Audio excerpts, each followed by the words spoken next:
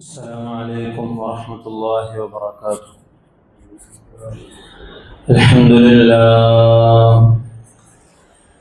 لله رب العالمين، والصلاة والسلام على أشرف المرسلين وعلى آله وصحبه أجمعين.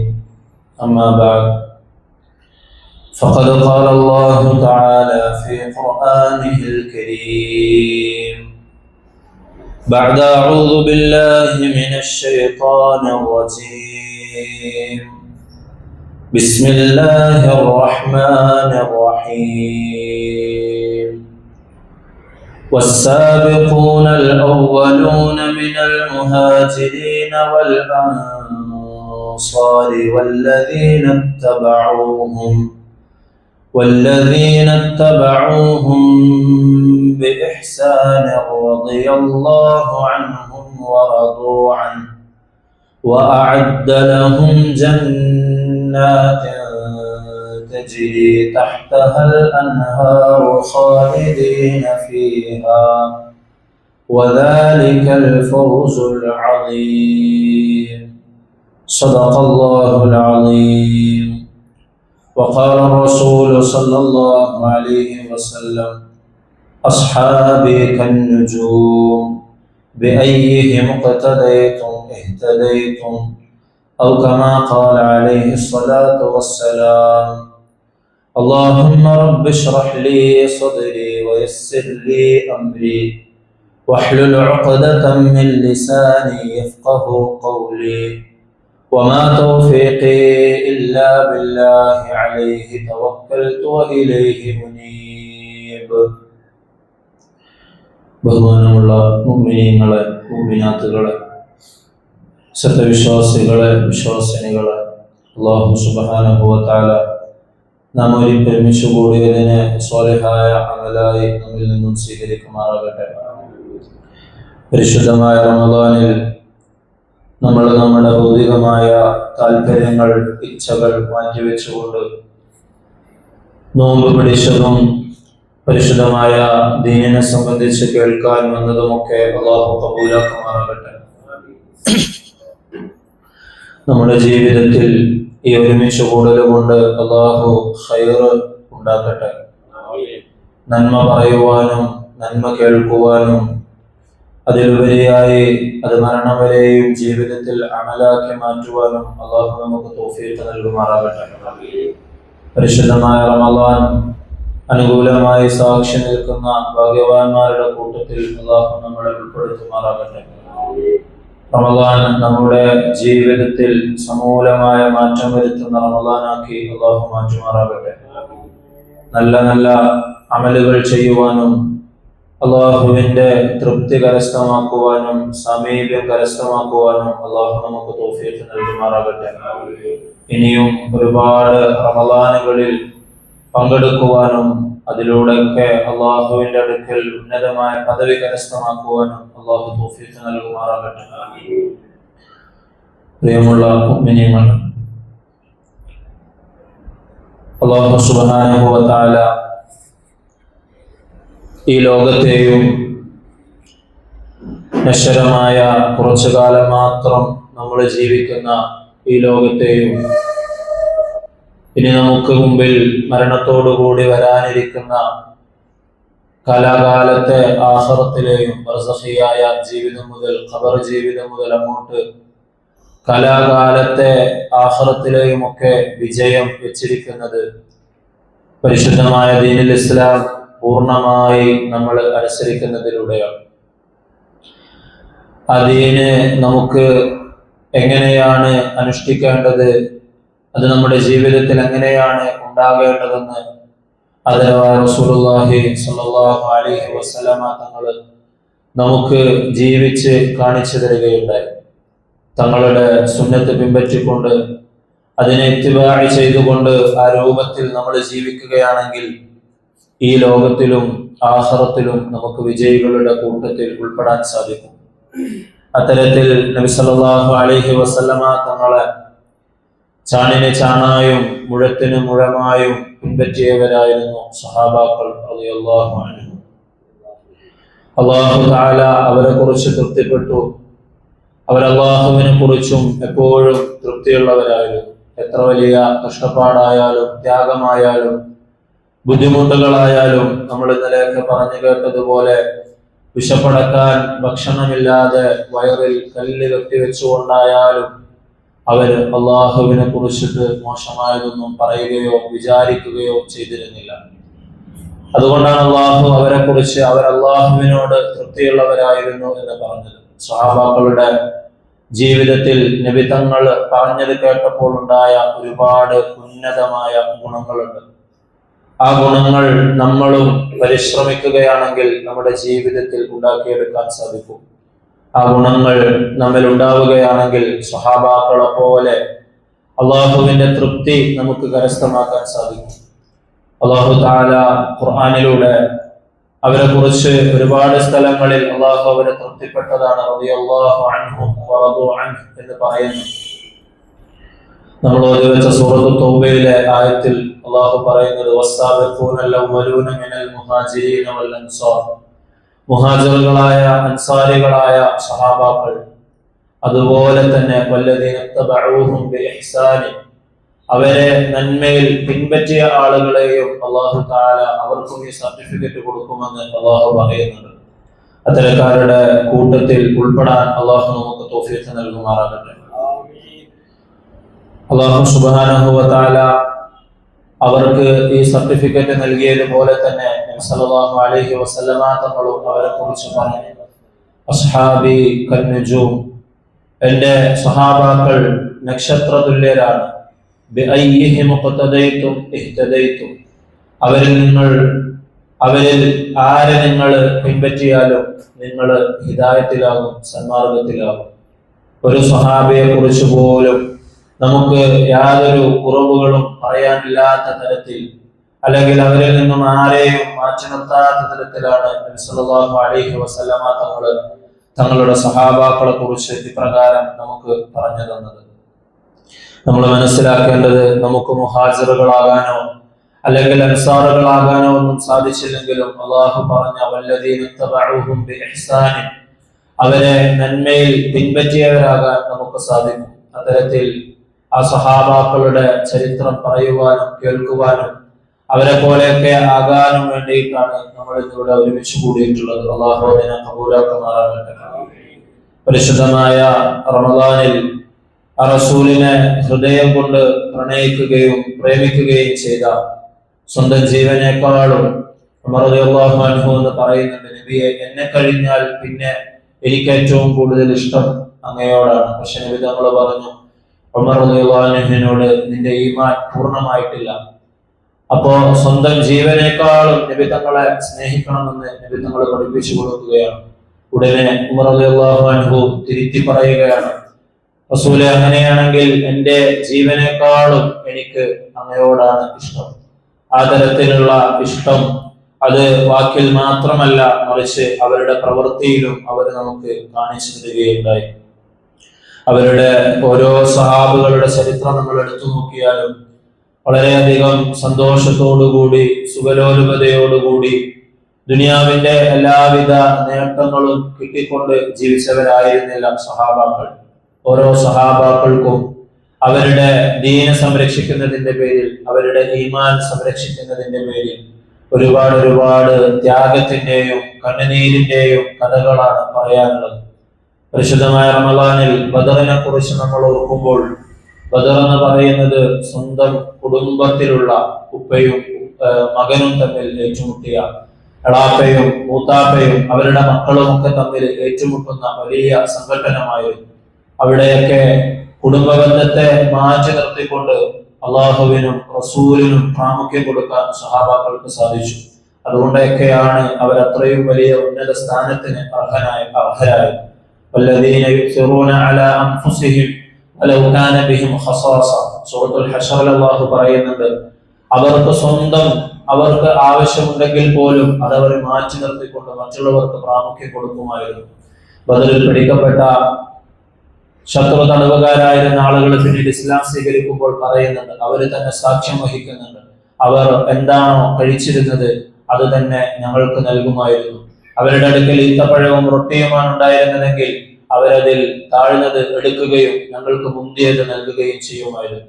ഈ ആയത്ത് അവതരിച്ചത് ഒരു സഹാബിയുടെ വിഷയത്തിലാണ്. ആ സഹാബി നബി സല്ലല്ലാഹു അലൈഹി വസല്ലമ തങ്ങളുടെ പള്ളിയിൽ ഉണ്ടായിരുന്ന മറ്റൊരു സഹാബിയെ ആരാണെന്ന് അതിഥിയായി വീട്ടിലേക്ക് കൊണ്ടുപോവുക എന്ന് പറഞ്ഞപ്പോൾ ഒരു സഹാബി അദ്ദേഹത്തെ ഏറ്റെടുക്കുകയും വീട്ടിലേക്ക് കൊണ്ടുപോവുകയും ചെയ്തു. പക്ഷേ ഭാര്യയോട് അന്വേഷിച്ചപ്പോൾ ആ വീട്ടിൽ അങ്ങനെ എല്ലാവർക്കും കഴിക്കാനുള്ള ഭക്ഷണമില്ല. അങ്ങനെ ഭാര്യയോട് പറഞ്ഞുകൊണ്ട് അവർ അദ്ദേഹത്തെ അതിഥിയെ സൽക്കരിക്കാൻ വേണ്ടി അവര് ഒരു അഭിനയം നടത്തുകയാണ്. അവിടെ നീ ഭക്ഷണം തയ്യാറാക്കി വെച്ചതിന് ശേഷം നമുക്ക് വിളക്ക് അണച്ചു കളയാം, അങ്ങനെ നമ്മൾ തിന്നുന്നുണ്ട് എന്ന് വരുത്തി തീർക്കുകയും അതിഥിയെ ഭക്ഷണം കഴിപ്പിക്കുകയും ചെയ്യാം. അള്ളാഹുവിന് ആ അമല് വളരെയധികം ഇഷ്ടമായി. അള്ളാഹു തആല ആയത്തിറക്കി, വല്ലദീന യുസ്റൂന അലാ അൻഫുസിഹിം വലൗ കാന ബിഹിം ഖസാസ. അള്ളാഹു തആല പറയുകയാണ്, സ്വന്തമായിട്ട് അങ്ങേയറ്റത്തെ ആവശ്യക്കാരാണ്, പട്ടിണി കിടക്കുന്നവരാണ്, വളരെയധികം കുറച്ച് ഭക്ഷണം മാത്രമേ ഉള്ളൂ, എങ്കിലും മറ്റുള്ളവർക്ക് പ്രാമുഖ്യം നൽകുന്ന ആളുകളായിരുന്നു സഹാബാക്കൾ. ഇത്തരത്തിലുള്ള ഒരുപാട് ചരിത്രങ്ങൾ സഹാബികളുടേത് നമുക്ക് കാണുവാൻ സാധിക്കും. സഹാബികൾ എന്ന് പറഞ്ഞാൽ, അസ്ഹാബ് എന്ന് പറഞ്ഞാൽ അനുയായികൾ എന്നാണ് അർത്ഥം. അനുയായികൾ, അനുചരന്മാർ എന്നൊക്കെയാണ് അതിന്റെ മലയാളത്തിലുള്ള അർത്ഥം. എന്നാൽ സഹാബാക്കൾ മറ്റുള്ളവരെ പോലെ വെറും അനുയായികൾ മാത്രമായിരുന്നില്ല, മറിച്ച് പരിശുദ്ധമായ ദീനുൽ ഇസ്ലാമിന് അവരുടെ രക്തം കൊടുത്തുകൊണ്ട് ഈ ദീനിനെ വളർത്തുകയും സംരക്ഷിക്കുകയും ചെയ്തവരാണ് സഹാബാക്കൾ റളിയല്ലാഹു അൻഹും. അവരെ കുറിച്ച് വളരെ ബഹുമാനത്തോടും ആദരവോടും കൂടി മാത്രമായിരിക്കണം നമ്മൾ സംസാരിക്കേണ്ടത്. അവരെ കുറിച്ച് അങ്ങനെയാണ് നമ്മൾ മനസ്സിലാക്കേണ്ടത്. നബി തങ്ങളുടെയും സഹാബാക്കളുടെയും ജീവിതം ശരിയായ രൂപത്തിൽ നമ്മൾ പഠിക്കുമ്പോൾ നമുക്ക് അങ്ങനെയാണ് മനസ്സിലാക്കാൻ സാധിക്കുക. എങ്കിലും അതിന് വിപരീതമായിട്ടുള്ള സംഭവങ്ങൾ അത് ആദ്യകാലം മുതൽ തന്നെ ഉണ്ട്, ഇപ്പോഴും അതുണ്ട്. അതിനെക്കുറിച്ച് നബി സല്ലല്ലാഹു അലൈഹി വസല്ലമ തങ്ങൾ നമുക്ക് പ്രത്യേകം മുന്നറിയിപ്പ് തന്നിട്ടുമുണ്ട്. അല്ലാഹ ഫി അസ്ഹാബി. പലപ്പോഴും ഖുതുബകളിൽ നമ്മൾ കേൾക്കാറുണ്ട്, അല്ലാഹ ഫി അസ്ഹാബി, എന്റെ സഹാബാക്കളുടെ വിഷയത്തിൽ നിങ്ങൾ അല്ലാഹുവിനെ ഭയപ്പെടണം. 2 പ്രാവശ്യം നബി തങ്ങൾ ആവർത്തിച്ച് പറയുകയുണ്ടായി. ലാ തത്തഖിദൂഹും ഗർദൻ മിൻ ബഅദി. എനിക്ക് ശേഷം, എന്റെ വഫാത്തിന് ശേഷം എന്റെ സഹാബാക്കളിൽ ആരെയും നിങ്ങൾ ലക്ഷ്യം വെക്കരുത്, ഉന്നം വെക്കരുത്. അവരെ നിങ്ങൾ പരിഹാസപാത്രമാക്കരുത്, അവരെ കുറിച്ച് നിങ്ങൾ മോശമായി പറയരുത്. അല്ലാഹു തആല റളിയല്ലാഹു അൻഹു എന്ന് പറഞ്ഞ ആളുകളെ കുറിച്ച് പോലും മോശം പറയുവാനും അവരെ കുറിച്ച് സംശയം ജനിപ്പിക്കുവാനും മുസ്ലിം ഉമ്മത്തിൽ പോലും ചില വിഭാഗങ്ങൾ അന്നുണ്ടായിരുന്നു, ഇന്നുമുണ്ട്. അത് നമ്മുടെ ഇന്ത്യയിലുണ്ട്, കേരളത്തിലുണ്ട്, നമ്മുടെ ചുറ്റുമുള്ള പ്രദേശങ്ങളിലും അത്തരത്തിലുള്ള ആളുകളുണ്ട്. അബൂബക്കർ റളിയല്ലാഹു അൻഹുവിനെ പോലും നബി സല്ലല്ലാഹു അലൈഹി വസല്ലമ തങ്ങള് നമസ്കരിക്കാൻ വേണ്ടി കൽപ്പിച്ച ആ അബൂബക്കർ റളിയല്ലാഹു അൻഹുവിനെ പോലും സ്ത്രീകളായ ഉമ്മഹാത്തുൽ മുഅ്മിനീങ്ങളെ കുറിച്ച് പോലും മോശം പറയുന്ന, വൃത്തികേട് പറയുന്ന ആളുകളുണ്ട്. അല്ലാഹു അത്തരത്തിലുള്ള അതൊക്കെ പറയുന്നത് ഖുർആനിന്റെയും ഹദീസുകളുടെയും ആയത്തിന്റെയും ഹദീസിന്റെയും ഒക്കെ വളച്ചൊടിച്ചുകൊണ്ടാണ് അത്തരത്തിലുള്ള ആളുകളെ സംസാരിക്കുന്നത്. അല്ലാഹു അത്തരത്തിലുള്ള മോശമായ പ്രവർത്തനങ്ങളിൽ നിന്നൊക്കെ നമ്മളെ കാത്തുരക്ഷിക്കുമാറാകട്ടെ. ഫിത്നകളിൽ നിന്ന് അല്ലാഹു കാത്തുരക്ഷിക്കുമാറാകട്ടെ. അല്ലാഹു ഇഷ്ടപ്പെട്ട നബിതങ്ങൾ, അങ്ങേയറ്റം ഇഷ്ടപ്പെട്ട സഹാബാക്കളെ നമുക്കും ഇഷ്ടപ്പെടാനും അവരെ ഇത്തിബാഅ് ചെയ്യാനും അനുധാവനം ചെയ്യാനും അല്ലാഹു നമുക്ക് തൗഫീഖ് നൽകി അനുഗ്രഹിക്കുമാറാകട്ടെ. നബി തങ്ങളെ ശേഷം പറയുകയുണ്ടായി, ഫമൻ അഹബ്ബഹും ഫബിഹുബ്ബി അഹബ്ബഹും. ആരെങ്കിലും എന്റെ സഹാബാക്കളോട് ഇഷ്ടം വെച്ച് പുലർത്തുകയും സ്നേഹിക്കുകയും ചെയ്യുന്നുണ്ടെങ്കിൽ ഫബിഹുബ്ബി, അതെന്നോടുള്ള ഇഷ്ടത്തിന്റെ പേരിലാണ്, ഞാൻ അവരെ ഇഷ്ടപ്പെട്ടതിന്റെ പേരിലാണ്. വമൻ അബ്ഗദഹും ഫബിബുഗ്ദി അബ്ഗദഹും. ഇനി മുസ്ലിമാണെന്ന് പറഞ്ഞുകൊണ്ട് അത്തരത്തിലുള്ള വേഷവിധാനങ്ങൾ ധരിച്ചിട്ടാണെങ്കിൽ പോലും ഒരു വ്യക്തി എന്റെ സഹാബാക്കളെ കുറിച്ച് മോശം പറയുകയും അവരെ കുറിച്ച് മോശമായ സമീപനം വെച്ച് പുലർത്തുകയുമാണെങ്കിൽ അതെന്നോടുള്ള ദേഷ്യത്തിന്റെ പേരിലാണെന്ന് നബി തങ്ങൾ പറഞ്ഞു. അല്ലാഹു അത്തരക്കാരായ ഭാഗ്യദോഷികളിൽ നിന്ന് നമ്മെ കാത്തുരക്ഷിക്കുമാറാകട്ടെ. അല്ലാഹു തആല പരിശുദ്ധമായ ഖുർആനിലൂടെ ഒരുപാട് ചരിത്രങ്ങൾ നമുക്ക് പറഞ്ഞു തരുന്നുണ്ട്. മൂസ നബി അലൈഹിസ്സലാമിന്റെ പേരാണ് ഏറ്റവും കൂടുതൽ ഖുർആനിൽ വന്നിട്ടുള്ളത്.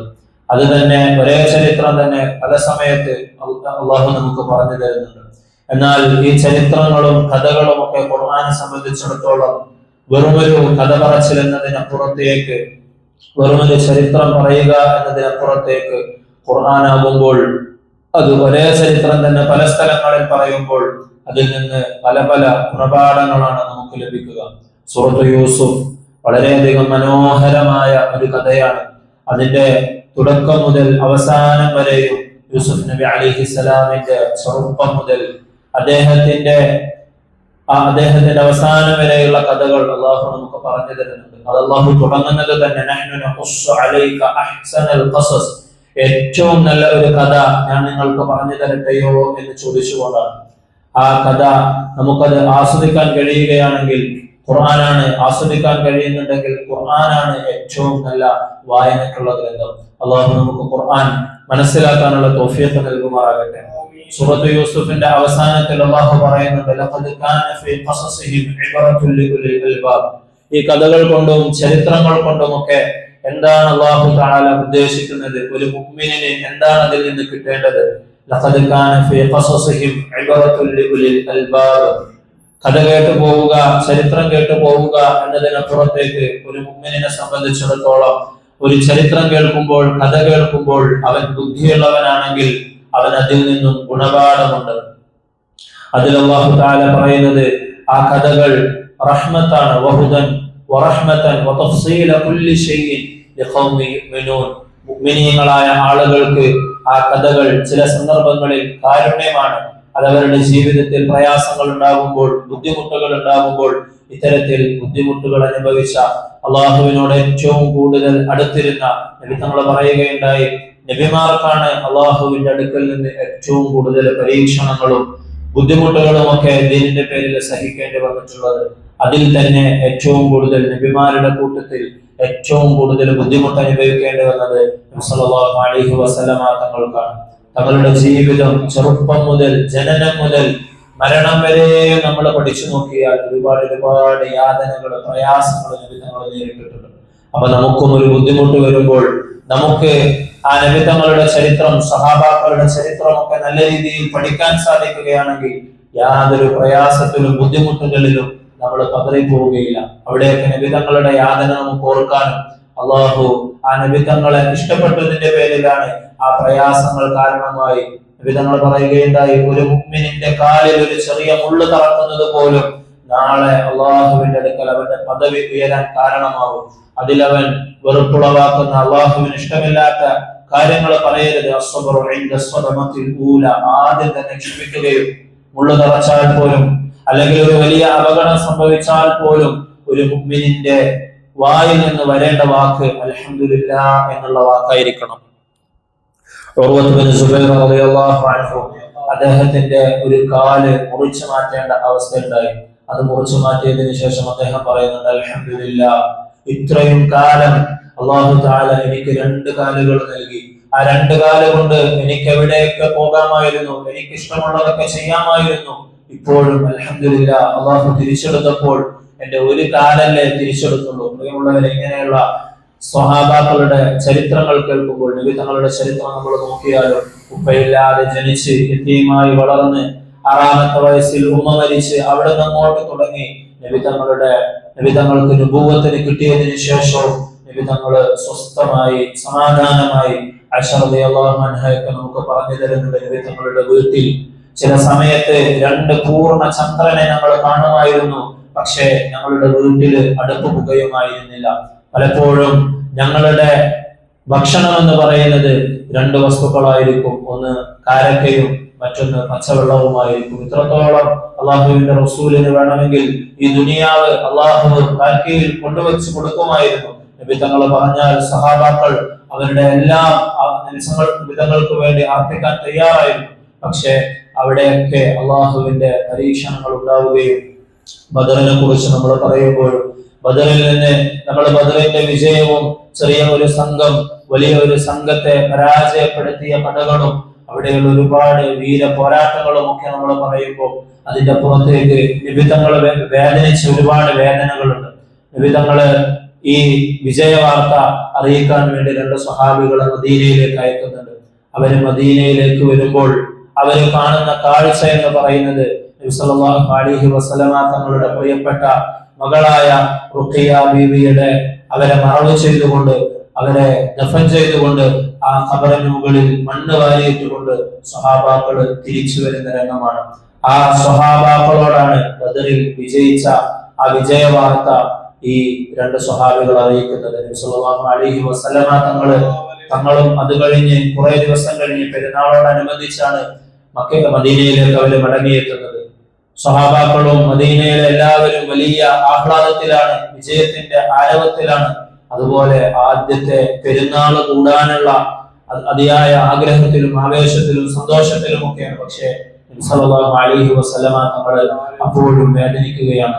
വരുമ്പോൾ തന്റെ പുനാര മകളായ റുഖിയ ബീവിയുടെ മരണവാർത്തയാണ് നബി സല്ലല്ലാഹു അലൈഹി വസല്ലമ തങ്ങൾ കേൾക്കുന്നത്. ഇത്തരത്തിൽ നമ്മള് നിബിതങ്ങളുടെ ജീവിതം എടുത്ത് ഓരോ വർഷത്തെ സംഭവങ്ങളും എടുത്ത് നോക്കിയാലും ഇത്തരത്തിൽ ഒരുപാട് പ്രയാസങ്ങളും ബുദ്ധിമുട്ടുകളും ഒക്കെ നിബിതങ്ങൾക്ക് അനുഭവിക്കേണ്ടി വന്നിട്ടുണ്ട്. അത് നമ്മൾ പഠിക്കണം, അത് നമ്മൾ മനസ്സിലാക്കണം. അപ്പോഴാണ് നമ്മുടെ ജീവിതത്തിൽ ഉണ്ടാകുന്ന പ്രയാസങ്ങളും ബുദ്ധിമുട്ടുകളും ഒക്കെ അള്ളാഹു നമ്മളെ ബുദ്ധിമുട്ടിക്കാനല്ല, മറിച്ച് അള്ളാഹുവിന്റെ അടുക്കൽ നമുക്ക് സ്ഥാനം നൽകാനാണ് എന്ന് മനസ്സിലാക്കാനും അള്ളാഹുവിന്റെ ആ പരീക്ഷണങ്ങളിൽ നമുക്ക് സബർ കൈക്കൊള്ളാനും സാധിക്കുന്നത്. അജബൽ അംരിൽ മുഅ്മിൻ, നബി തങ്ങൾ ഒരിക്കൽ പറഞ്ഞു, അജബൽ അംരിൽ മുഅ്മിൻ, മുഅ്മിനിന്റെ കാര്യം എത്രയോ അത്ഭുതകരമാണ്.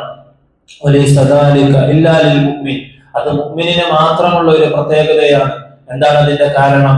ഇന്ന സവബതുഹു സറാ സബറ ഫകാന ഖൈറൻ ലഹു, അവൻ എന്തൊരു ബുദ്ധിമുട്ട് വന്നാലും അവനത് ക്ഷമിക്കും. അതിലൂടെ അവൻ അല്ലാഹുവിന്റെ പ്രതിഫലം അവന് ലഭിക്കും. അതവന് ഭാഗ്യമാണ്, അതവന് നല്ലതാണ്. അവൻ എന്തെങ്കിലും സന്തോഷമുള്ളത് വന്നാലും അവൻ അല്ലാഹുവിനെ സ്തുതിക്കും, അതും അവന് ഖൈറാണ്. മുഅ്മിനിനെ സംബന്ധിച്ചിടത്തോളം പ്രയാസം വന്നാലും ബുദ്ധിമുട്ടുകൾ വന്നാലും സന്തോഷം വന്നാലും അവൻ ആദ്യം തിരിയുന്നത് അല്ലാഹുവിലേക്കായിരിക്കും. നമ്മളുടെ ഉസ്താദ് പറഞ്ഞു തരാറുണ്ട്, ഒരു മുഅ്മിനിന്റെ ജീവിതത്തിൽ എപ്പോഴും ഉണ്ടാകേണ്ട ഒരു സംഗതിയാണ് സഅതൈൻ റകഅതൈൻ ഖതറതൈൻ. സന്തോഷം വന്നു, ഒരു മുഅ്മിൻ ആദ്യം ചെയ്യേണ്ടത് വുളു എടുക്കുക, 2 റക്അത്ത് നമസ്കരിക്കുക, അല്ലാഹുവിനോടുള്ള തന്റെ നന്ദി രേഖപ്പെടുത്തുക. ഇനി അതല്ല, ഒരു സങ്കടം വന്നു, സഅതൈൻ റകഅതൈൻ ഖതറതൈൻ, കുറച്ച് സമയം മാറ്റി വെക്കുക, വുളു എടുക്കുക, 2 റക്അത്ത് നമസ്കരിക്കുക, അല്ലാഹുവിനോട് തന്റെ വേവലാതികൾ പറയുക.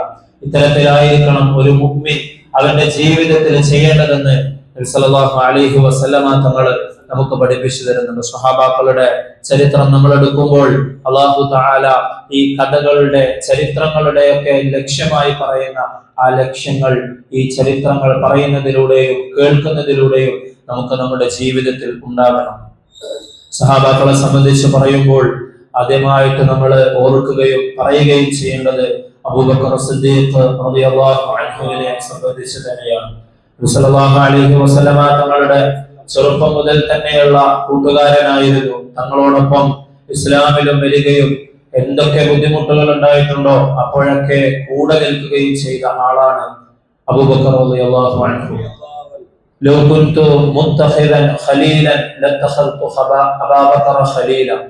നബി സല്ലല്ലാഹു അലൈഹി വസല്ലമ തങ്ങൾ നബിമാരെയൊക്കെ നമ്മൾ നോക്കിക്കഴിഞ്ഞാൽ അവരുടെയൊക്കെ ഉറ്റ സുഹൃത്ത് ഖലീൽ എന്ന് പറഞ്ഞാൽ അത്രയും നമ്മുടെ എല്ലാ കാര്യങ്ങളും പരസ്പരം പങ്കുവെക്കാനും അത്രയും അടുപ്പമുള്ള ആൾക്കാണ് ഖലീൽ എന്ന് പറയുന്നത്. നമ്മൾ ഖലീൽ കേട്ടിട്ടുണ്ടാവും, ഖലീലുല്ലാഹി ഇബ്രാഹിം അലൈഹിസ്സലാത്തു വസ്സലാം. അള്ളാഹു അദ്ദേഹത്തെ കുറിച്ച് ഖലീൽ എന്ന് പറഞ്ഞു.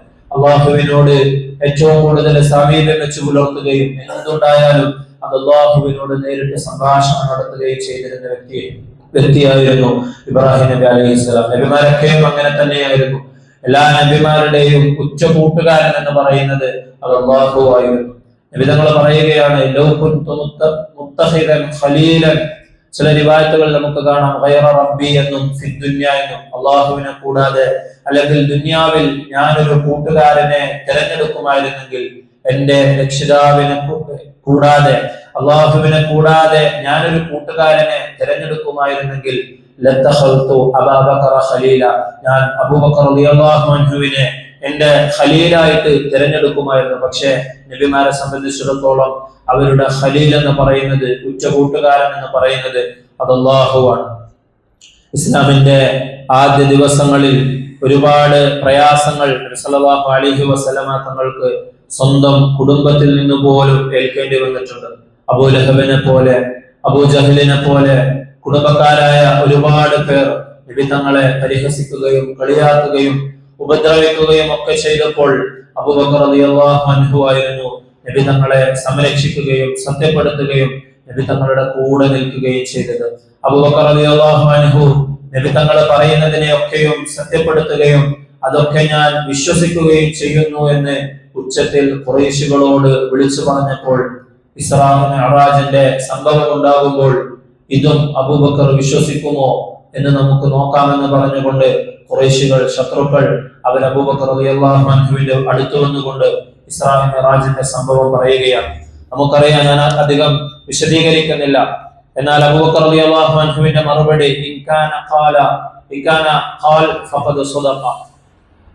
അബൂബക്കർ റളിയല്ലാഹു അൻഹുവിന് രണ്ടാമതൊന്നും ആലോചിക്കേണ്ടി വരുന്നില്ല. മുഅ്മിനീങ്ങളുടെ സിഫത്തായിട്ട് അല്ലാഹു പറയുന്നതാണത്.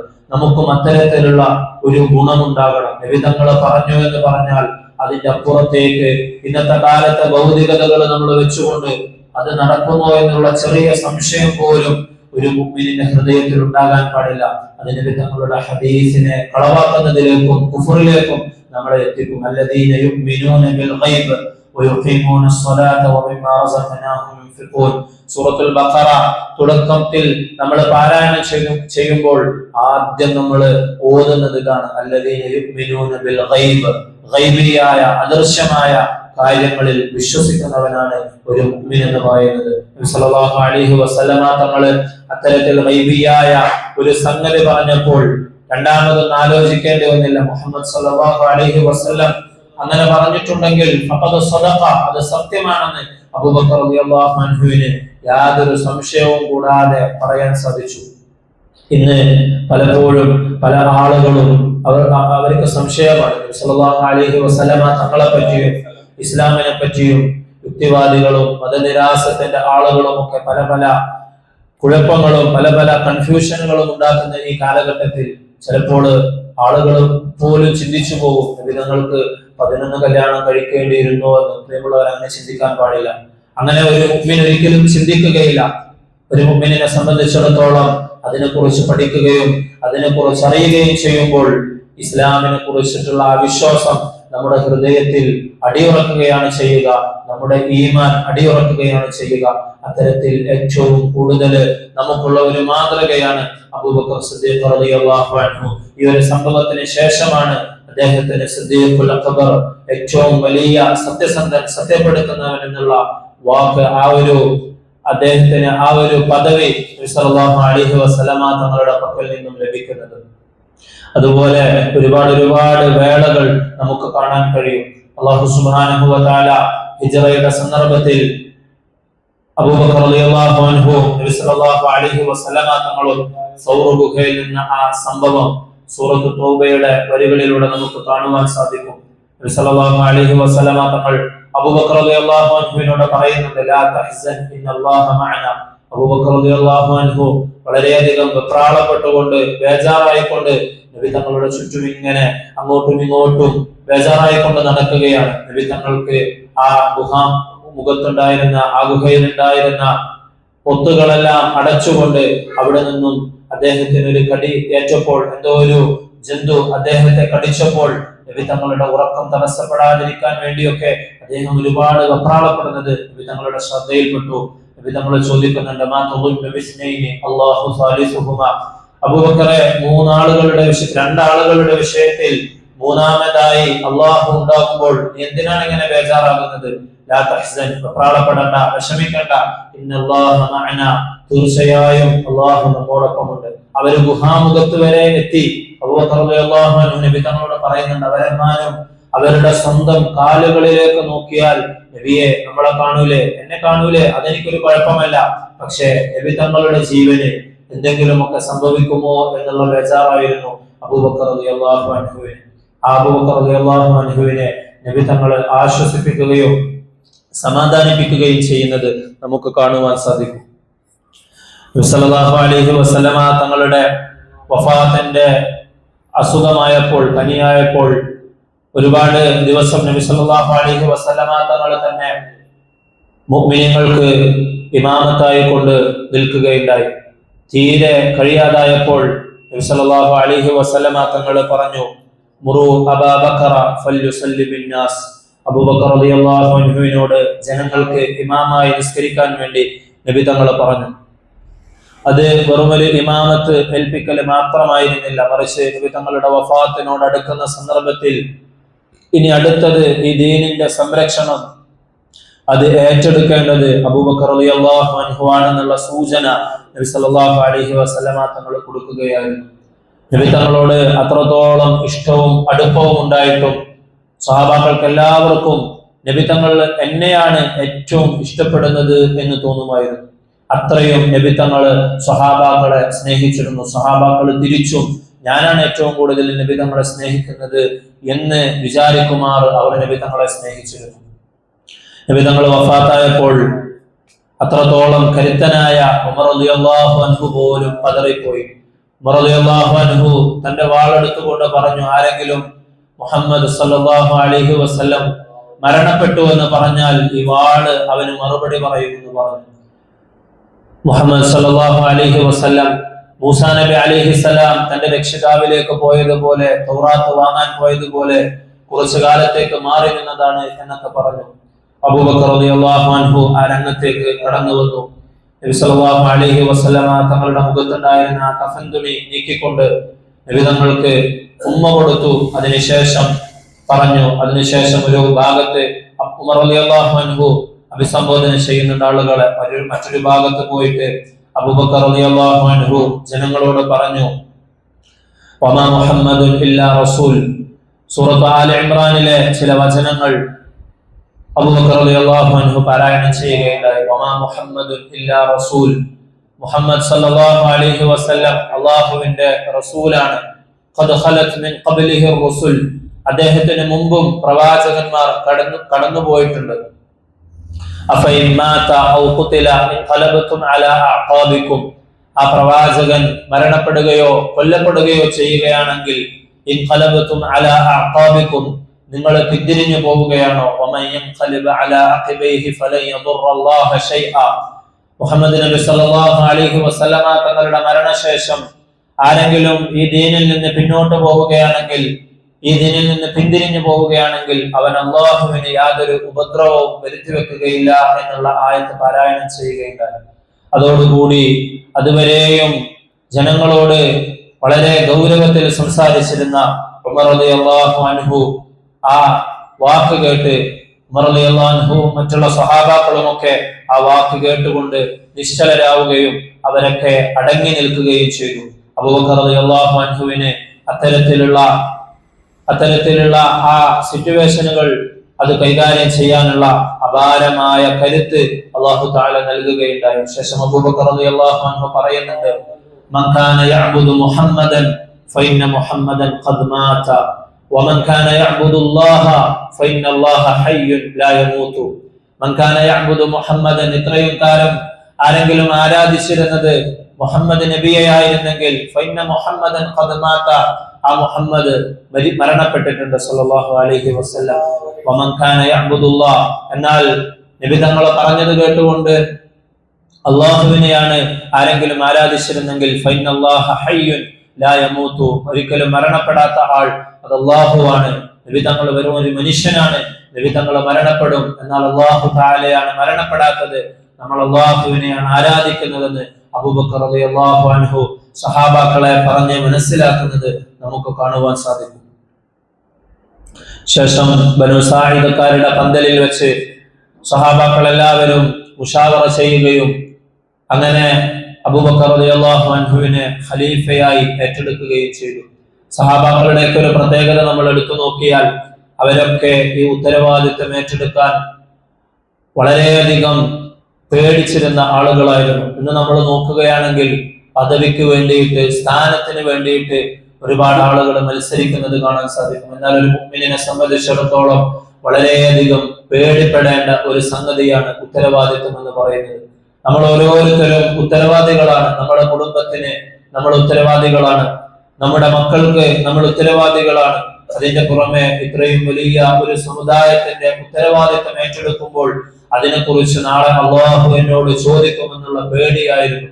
അബൂബക്കർ റളിയല്ലാഹു അൻഹു ആയാലും ശേഷം വന്ന ഖലീഫമാരായാലും അവരൊക്കെ ആദ്യം അതിൽ നിന്ന് എനിക്ക് കഴിയില്ല എന്ന് പറഞ്ഞുകൊണ്ട് മാറി നിൽക്കുന്നത്. പിന്നീട് അവരെ നിർബന്ധിക്കുമ്പോഴാണ്, അവരോട് അതിന്റെ ഗൗരവത്തെക്കുറിച്ച് ഓർമ്മപ്പെടുത്തുമ്പോൾ, നബി തങ്ങൾ പറഞ്ഞതും പഠിപ്പിച്ചു തന്നതും ഒക്കെ പറഞ്ഞു കൊടുക്കുമ്പോൾ അവർ ഏറ്റെടുക്കാൻ സന്നദ്ധരാകുന്നത് നമുക്ക് കാണുവാൻ സാധിക്കും.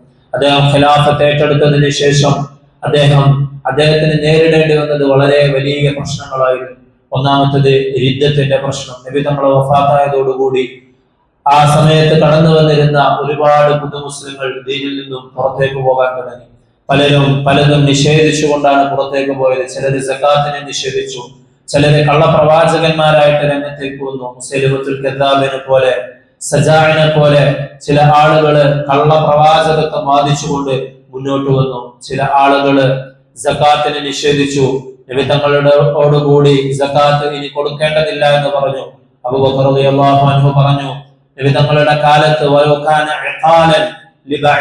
ഒരു ഒട്ടകത്തിന്റെ കയറിന്റെ അത്രയെ പോലും നിസാരമായ ധനമാണ് അവര് സകാത്ത് കൊടുക്കേണ്ടതെങ്കിൽ അത് അവരുടെ അടുക്കൽ നിന്ന് ഞാൻ വാങ്ങിക്കും.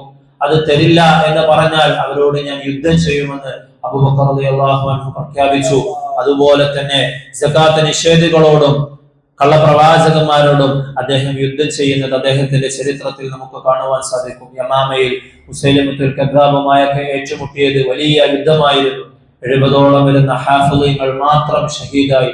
അതോടുകൂടിയാണ് പിന്നീട് ഖുർആനിന്റെ ക്രോഡീകരണവുമായി സഹാബാക്കൾ ചർച്ച ചെയ്യുകയും അബൂബക്കർ റളിയല്ലാഹു അൻഹുവിന്റെ അടുക്കൽ വന്ന് പറയുകയും ചെയ്യുന്നത്. അപ്പോഴും അദ്ദേഹം പേടിച്ചു. അതിൽ നിന്ന് അദ്ദേഹം പിന്മാറി.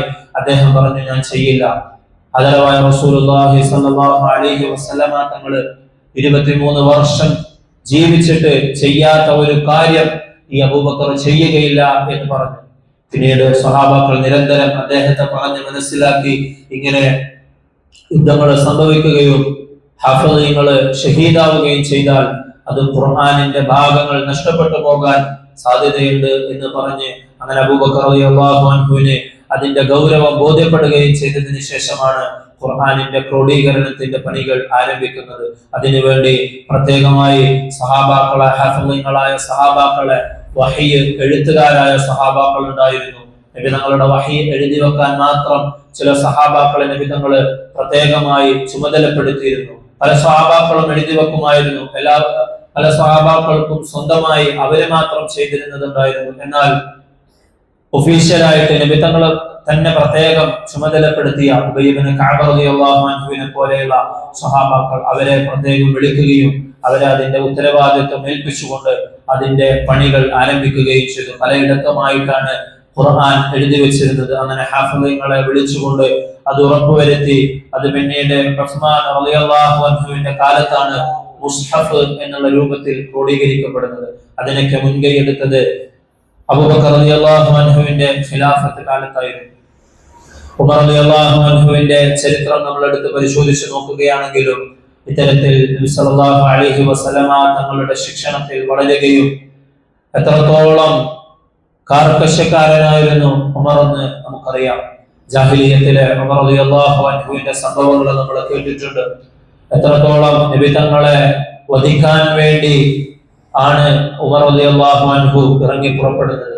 പിന്നീട് തന്റെ സഹോദരിയായ ഫാത്തിമയും അവരുടെ ഭർത്താവും ഇസ്ലാം സ്വീകരിച്ചിട്ടുണ്ടെന്ന് കേട്ടപ്പോൾ നുഐം ഇബ്നു മസ്ഊദ് റളിയല്ലാഹു അൻഹു ആ ഒരു വിവരം അദ്ദേഹത്തിന് കൊടുത്തപ്പോൾ അവിടേക്ക് പോവുകയും അവര് ഖബാബ് ഇബ്നുൽ അറത്ത് റളിയല്ലാഹു അൻഹുവിൽ നിന്നും ഖുർആൻ ഓതി കേൾക്കുകയായിരുന്നു. അവിടെ സൂറത്തു ത്വാഹ അദ്ദേഹം ഓതി കേൾക്കുകയും അങ്ങനെയാണ് അദ്ദേഹം നബി തങ്ങളെ വധിക്കാൻ വേണ്ടി ഇറങ്ങി പുറപ്പെടുന്ന ആള് പിന്നീട് മക്കയിൽ വെച്ചിട്ടുള്ള ഒരു വീട്ടിലായിരുന്നു അവര് ഒരുമിച്ച് കൂടിയിരുന്നത്. ആ വീട്ടിലേക്ക് ചെന്നപ്പോൾ ആ വാതില് ചെറിയ രൂപത്തിൽ തുറന്നുകൊണ്ട് നബി തങ്ങളോട് അവര് പറയുന്നുണ്ട്, പുറത്ത് വന്നു നിൽക്കുന്നത് ഉമറാണ്. അപ്പൊ നബി തങ്ങൾ പറഞ്ഞു അദ്ദേഹത്തെ ഉള്ളിലേക്ക് കടത്തിവിടാൻ പറഞ്ഞു. അതിനു മുമ്പ് നബി തങ്ങൾ ദുആ ചെയ്യുന്നത് സഹാബാക്കൾ കേൾക്കാറുണ്ടായിരുന്നു. അല്ലാഹുവേ, രണ്ടാലൊരു ഉമറിനെ കൊണ്ട് ഈ ഇസ്ലാമിനെ നീ ശക്തിപ്പെടുത്തണമേ, കരുത്ത് പകരണമേ എന്ന്. രണ്ടാലൊരു ഉമർ, ഒന്ന് ഉമർ ഇബ്നുൽ ഖത്താബ് റളിയല്ലാഹു അൻഹു ആണ്, രണ്ടാമത്തേത് അംർ ഇബ്നു ഹിഷാം ആണ്. അംർ ഇബ്നു ഹിഷാം ആരാണ്? അംർ ഇബ്നു ഹിഷാം നമുക്ക് വളരെയധികം പരിചയമുള്ള ആരാണ്? അബൂജഹൽ. അബൂജഹലിന്റെ പേരാണ് അംർ ഇബ്നു ഹിഷാം. ഈ രണ്ടാലൊരു ഉമറിനെ കൊണ്ട് അല്ലാഹു ഇസ്ലാമിനെ നീ കരുത്ത് പകരണമേ എന്ന് നബി തങ്ങൾ ദുആ ചെയ്തിരുന്നു. അല്ലാഹു ആ ദുആ ഖബൂലാക്കിയത് ഉമർ റളിയല്ലാഹു അൻഹുവിന്റെ വിഷയത്തിലാണ്. അദ്ദേഹം ആ സംഭവത്തോടു കൂടി ഇസ്ലാം സ്വീകരിക്കുകയും നബി തങ്ങളുടെ ശിക്ഷണത്തിൽ വളരുകയും ചെയ്തു. അങ്ങനെ പിന്നീട് ഉമർ റളിയല്ലാഹു അൻഹുവിന്റെ കാലമാകുമ്പോഴേക്ക് പേർഷ്യയും റോമും ഒക്കെ കീഴടക്കി വലിയ ഒരു സാമ്രാജ്യത്തെ ഭരിക്കുന്നതിലേക്ക് ഉമർ റളിയല്ലാഹു അൻഹു എത്തിച്ചേരുകയുണ്ടായി. അങ്ങനെയുള്ള ഉമറായിരുന്നു. അദ്ദേഹത്തെ കുറിച്ച് പറയപ്പെടുമായിരുന്നു ഖത്താബിന്റെ ഒട്ടകങ്ങളെ മേക്കാൻ അറിയാത്ത ചെറുപ്പക്കാരനായിരുന്നു അദ്ദേഹം. ഖത്താബ് എന്ന് പറയുന്നത് വളരെയധികം ഉമർ റളിയല്ലാഹു അൻഹുവിനെ പോലെ കർക്കശ സ്വഭാവക്കാരനായിരുന്നു, ഉപ്പയായിരുന്നു. അദ്ദേഹത്തിന്റെ ഒട്ടകങ്ങളെയും കൊണ്ടുപോകും. അതിനെങ്ങാനും ചെറിയ പോരായ്മ വന്നാൽ ഈ ഉമർ റളിയല്ലാഹു അൻഹു അതിന്റെ പേരിൽ ഒരുപാട് വഴക്ക് കേൾക്കുമായിരുന്നു. അങ്ങനെ ഒട്ടകത്തെ പോലും മേക്കാൻ അറിയാതിരുന്ന ആളാണ് ഈ പേർഷ്യയും റോമും വരുന്ന വലിയ സാമ്രാജ്യങ്ങൾക്ക് കീഴിൽ ജീവിച്ചിരുന്ന ലക്ഷക്കണക്കിന് വരുന്ന മുസ്ലിമീങ്ങളെ അദ്ദേഹം മാതൃകാപരമായ രീതിയിൽ ഭരിച്ചുകൊണ്ട് ഇന്നും ലോകത്തിന് ഒരുപാട് ഭരണ മാതൃകകൾ അദ്ദേഹത്തിന്റെ ചരിത്രത്തിൽ നിന്നും പാഠം ഉൾക്കൊണ്ടുകൊണ്ട് വലിയ രാഷ്ട്രങ്ങൾ വരെയും അദ്ദേഹത്തിന്റെ ആ ഭരണ മാതൃകകൾ ഉൾക്കൊണ്ടുകൊണ്ട് ഒരുപാട് പ്രവർത്തനങ്ങൾ നടത്തുന്നത് നമുക്ക് കാണാൻ സാധിക്കും. ഓരോ സംഗതികൾ നമ്മൾ എടുത്തു നോക്കിയാലും പോലീസിന്റെ സിസ്റ്റം, അതുപോലെ തന്നെ പഞ്ചവത്സര പദ്ധതികൾ എന്നൊക്കെ നമ്മൾ വലിയ പേരിട്ട് വിളിക്കുന്ന സംഭവങ്ങളൊക്കെ ഈ സഹാബാക്കളുടെ ജീവിതത്തിൽ നമ്മൾ നോക്കിയാൽ ഒരു തലത്തിൽ അല്ലെങ്കിൽ മറ്റൊരു തലത്തിൽ അവർ നടപ്പാക്കിയതായി നമുക്ക് കാണുവാൻ സാധിക്കും. ഉമർ റളിയല്ലാഹു അൻഹു ഇത്രത്തോളം വലിയ ഉത്തരവാദിത്വം ഉണ്ടാകുമ്പോഴും ഓരോ രാത്രിയും അദ്ദേഹത്തിന് ഉറക്കം ലഭിക്കുമായിരുന്നില്ല. ഈ ഉത്തരവാദിത്തത്തിന്റെ ഭാരം കൊണ്ട് അദ്ദേഹം കരയുകയും അദ്ദേഹം അല്ലാഹുവിനോട് ഇങ്ങനെ പറയുകയും ചെയ്യുമായിരുന്നു, ഞാൻ ഒരു മുസ്ലിമിന്റെ ശരീരത്തിലെ രോമമായിരുന്നെങ്കിൽ എത്ര നന്നായിരുന്നേനെ, ഞാൻ അങ്ങ് സ്വർഗത്തിലേക്ക് പോകുമായിരുന്നല്ലോ. ഇത്രയും വലിയ ഭാരിച്ച ഉത്തരവാദിത്വം ഞാൻ അല്ലാഹുവിന്റെ മുമ്പിൽ നാളെ എങ്ങനെ ഇതിന് മറുപടി പറഞ്ഞ് തീർക്കാനാണ് എന്ന് അദ്ദേഹം പറയുമായിരുന്നു. നമ്മൾ ഒരുപാട് കഥകൾ കേട്ടിട്ടുണ്ട്. ഉമർ റളിയല്ലാഹു അൻഹു എല്ലാ സഹാബാക്കളും എല്ലാ ഖലീഫമാർക്കും ഉണ്ടായിരുന്ന ഒരു പ്രത്യേകതയായിരുന്നു, അവര് രാത്രി സമയങ്ങളിൽ ഇറങ്ങി നടക്കുമായിരുന്നു. ഞാൻ ഭരിക്കുന്ന ഈ പ്രദേശത്ത് എന്തെങ്കിലുമൊക്കെ കുറവുകളുണ്ടോ എന്ന്. അങ്ങനെ ഇറങ്ങി നടക്കുന്ന സന്ദർഭത്തിൽ ഒരുപാട് സംഭവങ്ങൾ, അദ്ദേഹം തന്റെ മരുമകളെ കണ്ടെത്തുന്നത് പോലും, അദ്ദേഹത്തിന്റെ മകന് വേണ്ടിയിട്ടുള്ള പെണ്ണിനെ കണ്ടെത്തുന്നത് പോലും ഇത്തരത്തിലുള്ള ഒരു നടത്തത്തിനിടയിലാണ്. ആ നടത്തത്തിൽ ഒരിക്കൽ ഒരു ഉമ്മയെയും ഒരു കുടുംബത്തെ കണ്ടുമുട്ടുമ്പോൾ അവര് ഭക്ഷണമില്ലാതെ വിഷമിക്കുകയാണ്. ഉടനെ പോയിട്ട് അദ്ദേഹം ബൈത്തുൽ മാലിൽ നിന്ന് അവർക്ക് വേണ്ട സാധനങ്ങൾ തന്റെ മുതുകിൽ വരുമ്പോൾ അദ്ദേഹത്തിന്റെ ഭൃത്യൻ, അസ്ലം എന്നാണ് പേര് എന്ന് എനിക്ക് തോന്നുന്നു, അദ്ദേഹത്തിന്റെ ഭൃത്യൻ അദ്ദേഹത്തോട് ചോദിക്കുന്നുണ്ട്, ഞാനിത് ചുമക്കാം. അപ്പം അദ്ദേഹം ഭൃത്യനോട് ചോദിക്കുകയാണ്, നാളെ ഖിയാമത്ത് നാളിൽ എന്റെ പാപഭാരം ചുമക്കാൻ, ഈ ഉമറിന്റെ പാപഭാരം ചുമക്കാൻ ഈ ഉമർ മാത്രമേ കാണുകയുള്ളൂ. ഇതെന്നെ അള്ളാഹു ഏൽപ്പിച്ച ഉത്തരവാദിത്തമാണ്, ഇത് എന്റെ മുതുകിൽ ഞാൻ തന്നെയാണ് ചുമന്നു കൊണ്ടുപോകേണ്ടതെന്ന് പറഞ്ഞ് അദ്ദേഹം അത് ചുമന്നു കൊണ്ടുപോകുമായിരുന്നു. ഒരു സന്ദർഭത്തിൽ ഉമറാണ് ഇതിന് കാരണക്കാരൻ എന്ന് ഒരു സ്ത്രീ പറഞ്ഞപ്പോൾ ഉമർ റളിയല്ലാഹു അൻഹു ഒരുപാട് പൊട്ടിക്കരഞ്ഞു. ആ സ്ത്രീയോട് പല ന്യായങ്ങളും പറഞ്ഞു നോക്കി. നിങ്ങൾ ഇവിടെ നിൽക്കുന്നത്, അങ്ങ് നിൽക്കുന്ന ഉമർ എങ്ങനെ അറിയാനാണ്? നിങ്ങൾ ഒരു കാര്യം ചെയ്യ്, നാളെ നിങ്ങൾ ഉമറിനെ പോയി കാണ്, അവര് നിങ്ങൾക്ക് പരിഹാരം ചെയ്തു തരുമെന്ന് പറഞ്ഞ് ആ സ്ത്രീ അത് കേട്ടുകൊണ്ട് പോകുമ്പോൾ പിറ്റേന്ന് അവിടെ ചെല്ലുമ്പോൾ അവിടെ ഭരണാധികാരിയായി ഇരിക്കുന്നത് തനിക്ക് ഇന്നലെ സേവനം ചെയ്ത ആ ആളാണ്. അതുപോലെ അബൂബക്കർ റളിയല്ലാഹു അൻഹുവിന്റെ ചരിത്രത്തിലും ഇത്തരത്തിലുള്ള ഒരു സംഭവം നമുക്ക് കാണാൻ കഴിയും. കണ്ണു കാണാതിരുന്ന ഒരു വലിയമ്മയെ എപ്പോഴും പോയി പരിചരിക്കുമായിരുന്നു. അവർക്ക് വേണ്ട ഖിദ്മത്തുകൾ അദ്ദേഹം സുബ്ഹിയുടെ ആ സമയത്ത് തന്നെ പോയി ചെയ്തു കൊടുക്കുമായിരുന്നു. അങ്ങനെ അബൂബക്കർ റളിയല്ലാഹു അൻഹു വഫാത്തായി മദീനയുടെ ഒരു പ്രാന്ത പ്രദേശത്ത് താമസിച്ചിരുന്ന സ്ത്രീയായിരുന്നു. ഉമർ റളിയല്ലാഹു അൻഹുവിന് ഈ വിവരം ലഭിച്ചു. അദ്ദേഹം ഖിലാഫത്ത് ഏറ്റെടുത്തപ്പോൾ ഈ ഖിദ്മത്ത് അദ്ദേഹം തുടർത്തി കൊണ്ടുപോകാൻ വേണ്ടി നോക്കി. പക്ഷേ അദ്ദേഹം ചെന്നപ്പോഴേക്കും ആ സ്ത്രീ മനസ്സിലാക്കുകയാണ്, തനിക്ക് ഇന്നലെ വരെ ചെയ്തു തന്നിരുന്ന ആ രീതിയിലല്ല ചെയ്തു തരുന്നത്. അവരൊക്കെ ചോദിക്കുകയാണ്, അബൂബക്കർ റളിയല്ലാഹു അൻഹു വഫാത്തായില്ലേ എന്നവർ തിരിച്ചു ചോദിക്കുകയാണ്. ഇതായിരുന്നു സ്വഹാബാക്കൾ വലിയ സ്ഥാനങ്ങൾ ലഭിച്ചപ്പോഴും വലിയ പദവികൾ ലഭിച്ചപ്പോഴും അവരുടെ ആ ഈമാനിന് ഒരു കോട്ടവും സംഭവിച്ചിരുന്നില്ല. എന്നാൽ പകൽ സമയത്ത് നോക്കിയാൽ അവർ വളരെയധികം നിപുണരായ നയതന്ത്രജ്ഞരായ ഉദ്യോഗസ്ഥന്മാരായിരുന്നു. സഹാബാക്കളെ കുറിച്ച് പറയാറുണ്ട്, അവർ രാവിലെ അവർ കുതിരയോട്ടക്കാരായിരുന്നു, പടയാളികൾ ആയിരുന്നു. എന്നാൽ രാത്രി അവരെ നോക്കിയാൽ അവർ അവരുടെ മുസല്ലയിൽ അവരുടെ രക്ഷിതാവിനോട് അവരുടെ വിഷമങ്ങൾ പറയുകയും കരയുകയും ചെയ്യുന്ന അള്ളാഹുവിനോട് അങ്ങേയറ്റത്തെ ഖുശൂഉള്ള ഖശിയത്തുള്ള പേടിയുള്ള ആളുകളായിരുന്നു എന്ന് നമുക്ക് അവരെ കുറിച്ച് കാണുവാൻ സാധിക്കും. അടുത്ത ഖലീഫയായി ചുമതലയേറ്റിരുന്നത് ഉസ്മാൻ ഇബ്നു അഫ്ഫാൻ റളിയല്ലാഹു അൻഹു ആണ്. അദ്ദേഹത്തെ സംബന്ധിച്ച് അദ്ദേഹം വലിയ ലജ്ജയുള്ള ആളായിരുന്നു. നബി തങ്ങൾ പോലും ഒരിക്കൽ ചോദിച്ചിട്ടുണ്ട്, അലാ അസ്തഹി മിൻ റജുലിൻ തസ്തഹി മിൻഹുൽ മലായിക. മലക്കുകൾ പോലും ലജ്ജിക്കാൻ, മലക്കുകൾ പോലും ലജ്ജ കൈക്കൊള്ളാൻ വേണ്ടി കൈക്കൊള്ളുന്ന ഒരാളെ സംബന്ധിച്ച് ഞാനും അത്തരത്തിലുള്ള നിലപാടെടുക്കട്ടെ എന്ന് നബി തങ്ങൾ ചോദിക്കുന്നുണ്ട്. വളരെയധികം ലജ്ജയുള്ള ആളായിരുന്നു, വളരെയധികം ശ്രേഷ്ഠനായ ഒരു വ്യക്തിത്വമായിരുന്നു. ഉസ്മാൻ റളിയല്ലാഹു അൻഹുവിന് ഒരു പേരുണ്ട്. എന്താണ് ആ പേര്? ഉസ്മാൻ റളിയല്ലാഹു അൻഹുവിന് ഒരു മഹാഭാഗ്യം ലഭിച്ചിട്ടുണ്ട്. നബി സല്ലല്ലാഹു അലൈഹി വസല്ലമ തങ്ങളുടെ 2 മക്കളെ വിവാഹം ചെയ്യാനുള്ള വലിയ ഭാഗ്യം ലഭിച്ച സഹാബിയാണ്. നമ്മൾ നേരത്തെ പറഞ്ഞല്ലോ, നബി തങ്ങള് തിരിച്ചു വരുമ്പോൾ നബി തങ്ങളുടെ മോളുടെ വഫാത്തിന്റെ വിവരമാണ് അറിയുന്നത്. ഉസ്മാൻ റളിയല്ലാഹു അൻഹു ബദറിലേക്ക് വന്നിട്ടില്ല. കാരണം ഈ ഭാര്യ ഇവിടെ രോഗശയ്യയിലായിരുന്നപ്പോൾ നബി തങ്ങള് അവരുടെ ഖിദ്മത്തിന് വേണ്ടി ഉസ്മാൻ റളിയല്ലാഹു അൻഹുവിനെ മദീനയിൽ തന്നെ ആക്കിയിട്ട് പോവുകയാണ് ചെയ്തത്. അതിന്റെ പേരിൽ നബി തങ്ങളുടെ 2 മക്കളെ വിവാഹം ചെയ്തതിന്റെ പേരിൽ ദുന്നൂറൈൻ, 2 പ്രകാശത്തിന്റെ ഉടമ എന്ന് ഉസ്മാൻ റളിയല്ലാഹു അൻഹുവിന് മറ്റൊരു പേരുണ്ട്. ഉമർ റളിയല്ലാഹു അൻഹുവിനെ കുറിച്ച് നമ്മൾ ഫാറൂഖ് എന്നാണ് പറയാറുള്ളത്. ഫാറൂഖ് എന്ന് പറഞ്ഞാൽ സത്യത്തിന്റെയും അസത്യത്തിന്റെയും ഇടയിൽ പിളർപ്പ് ഉണ്ടാക്കിയ ആൾ, പിളർത്തിയവൻ എന്നാണ്. ഫറഖ എന്ന് പറഞ്ഞാൽ പിളർത്തിയ. അബൂബക്കർ റളിയല്ലാഹു അൻഹുവിനെ കുറിച്ച് നമ്മൾ സിദ്ദീഖുൽ അക്ബർ എന്ന് പറയുന്നു. ഉമർ റളിയല്ലാഹു അൻഹുവിനെ കുറിച്ച് നമ്മൾ ഫാറൂഖ് എന്ന് പറയുന്നു. ഉസ്മാൻ റളിയല്ലാഹു അൻഹുവിനെ കുറിച്ച് ദുന്നൂറൈൻ എന്ന് പറയുന്നു.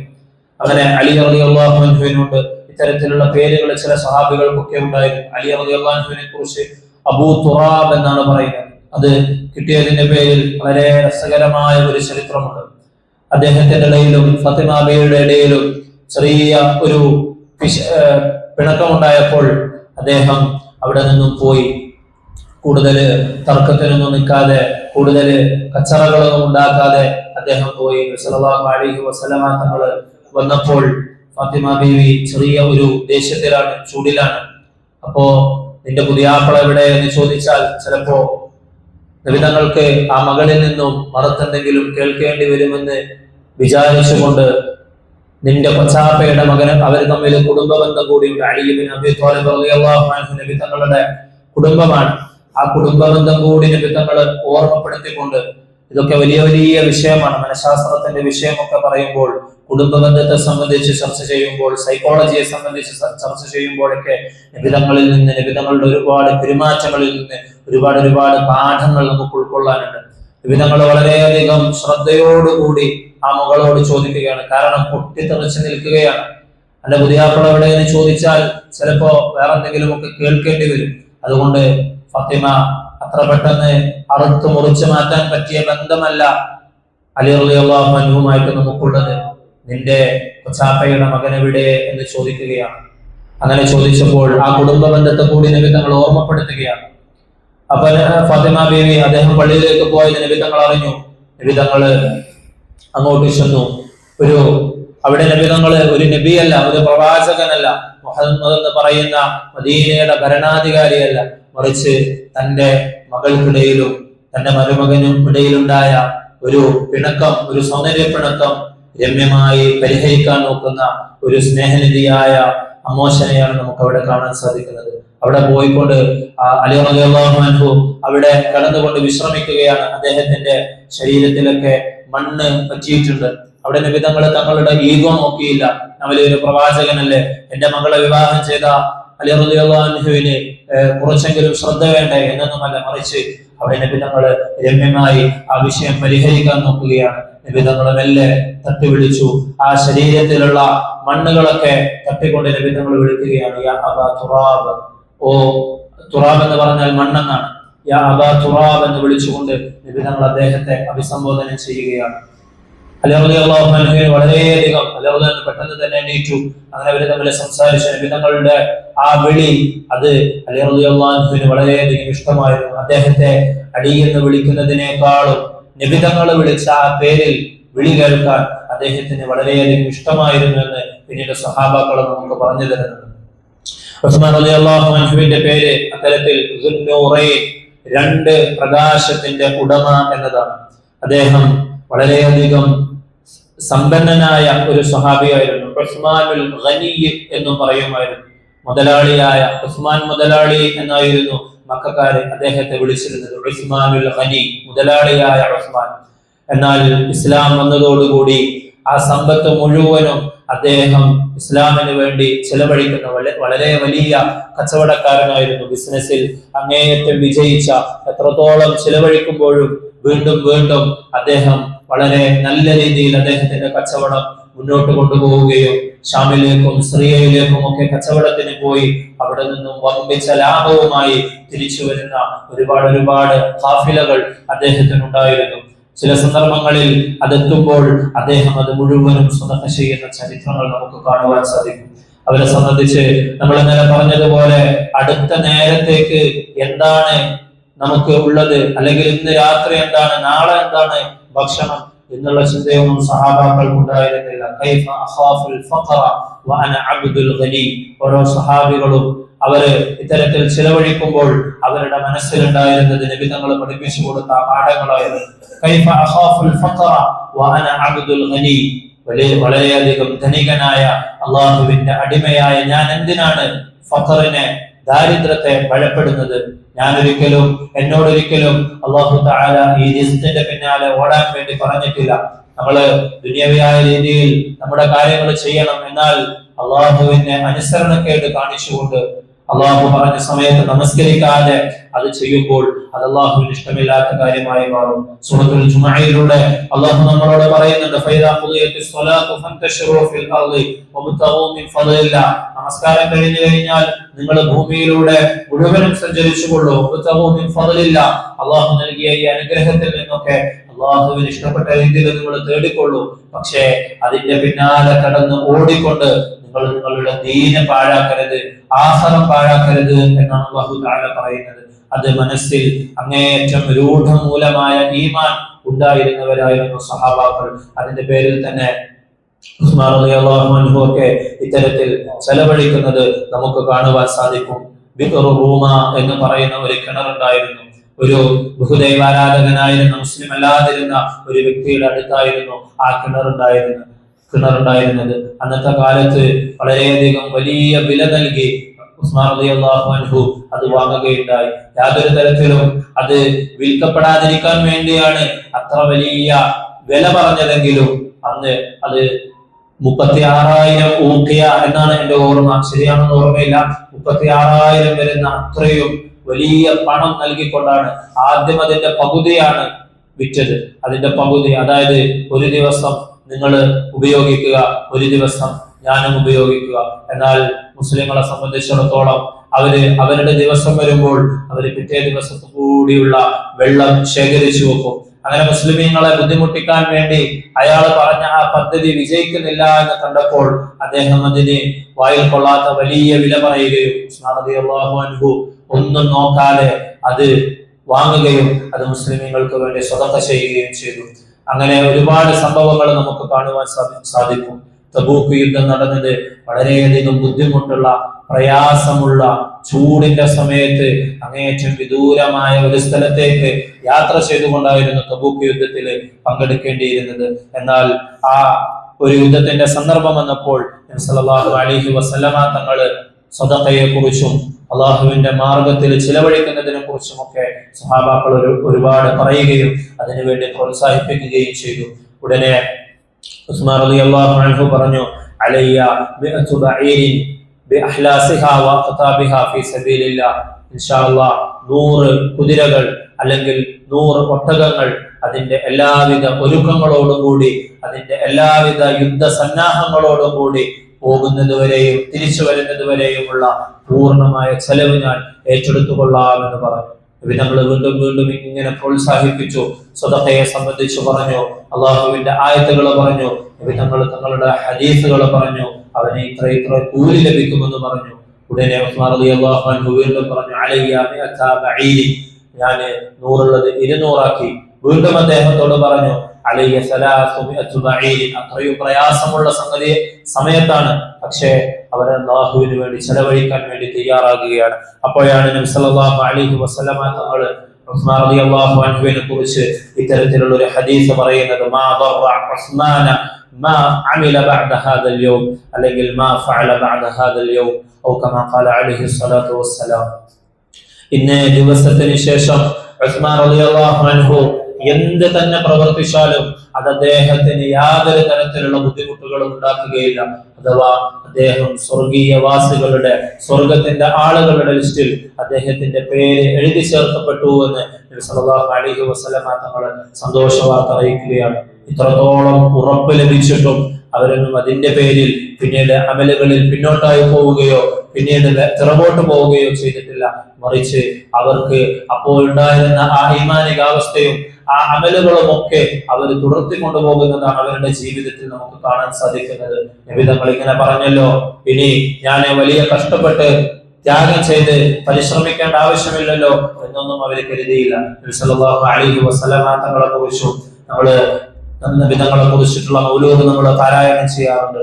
പ്രിയമുള്ളവരെ, പരിശുദ്ധമായ ഖുർആൻ നമ്മൾ പാരായണം ചെയ്യുമ്പോൾ അതിന്റെ അർത്ഥവും അതിന്റെ തഫ്സീറും ഒക്കെ നമ്മൾ പഠിക്കുകയും അതിനെക്കുറിച്ച് അറിയുകയും ചെയ്യണം എന്ന് പറഞ്ഞതുപോലെ തന്നെ നബി തങ്ങളുടെ ചരിത്രത്തെ കുറിച്ച് അത് മൗലൂദായിട്ട് നമ്മൾ ചൊല്ലുമ്പോൾ അതിലുള്ള പറഞ്ഞ കാര്യങ്ങൾ പഠിക്കാൻ നമ്മൾ ശ്രമിക്കുകയാണെങ്കിൽ ഇത്തരത്തിലുള്ള ഒരുപാട് നല്ല ചരിത്രങ്ങൾ നമുക്കതിൽ നിന്ന് കേൾക്കാൻ കഴിയും.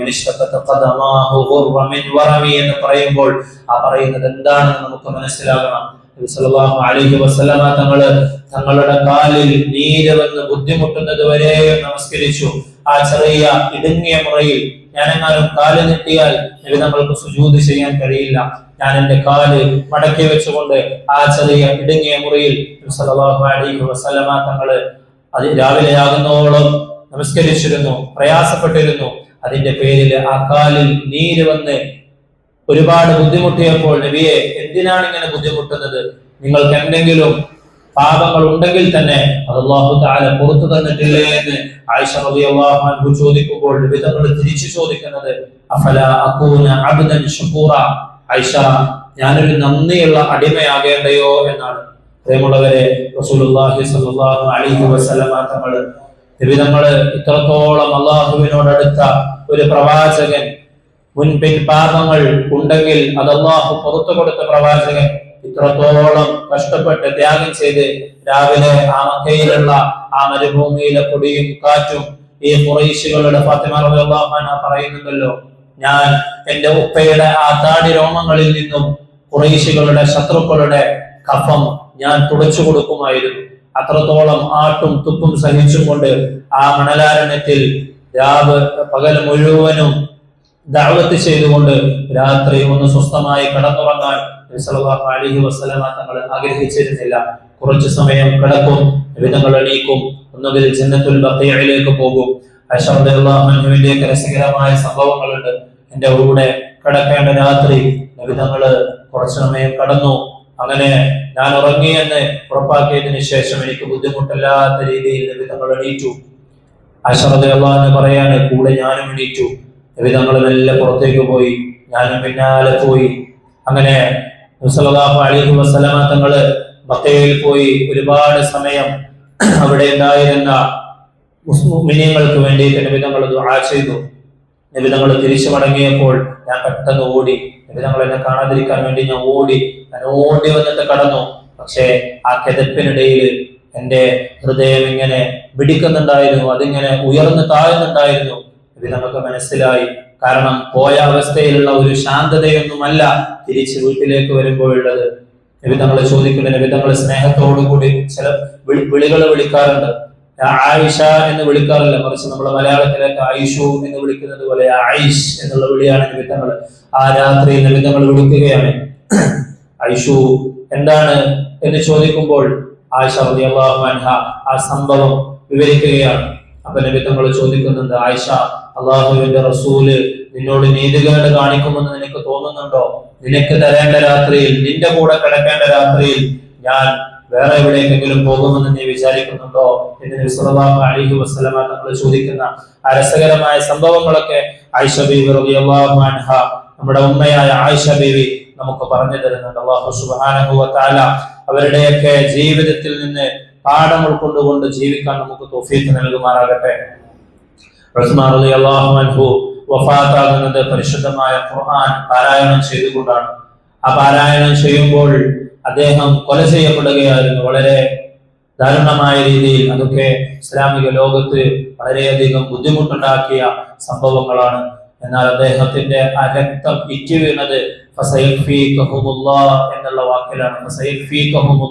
അല്ലാഹു തആല ഇത്തരത്തിൽ ഇസ്ലാമിക ലോകത്ത് കുഴപ്പമുണ്ടാക്കുകയും ബുദ്ധിമുട്ടുണ്ടാക്കുകയും ചെയ്തവർക്ക് അള്ളാഹു മതിയാക്കി കൊടുക്കുന്നതാണ് എന്നുള്ള ആയത്തിലേക്കാണ് ഉസ്മാൻ റളിയല്ലാഹു അൻഹുവിന്റെ രക്തം ഇറ്റി വീണത്. പിന്നീട് അവരൊക്കെ വളരെ മോശമായ രീതിയിൽ, ഇസ്ലാമിക ലോകത്ത് കുഴപ്പമുണ്ടാക്കിയവരൊക്കെ വളരെയധികം മോശമായ രീതിയിൽ അവരുടെ അന്ത്യം ഇസ്ലാമിക ചരിത്രത്തിൽ നമുക്ക് കാണുവാൻ സാധിക്കും.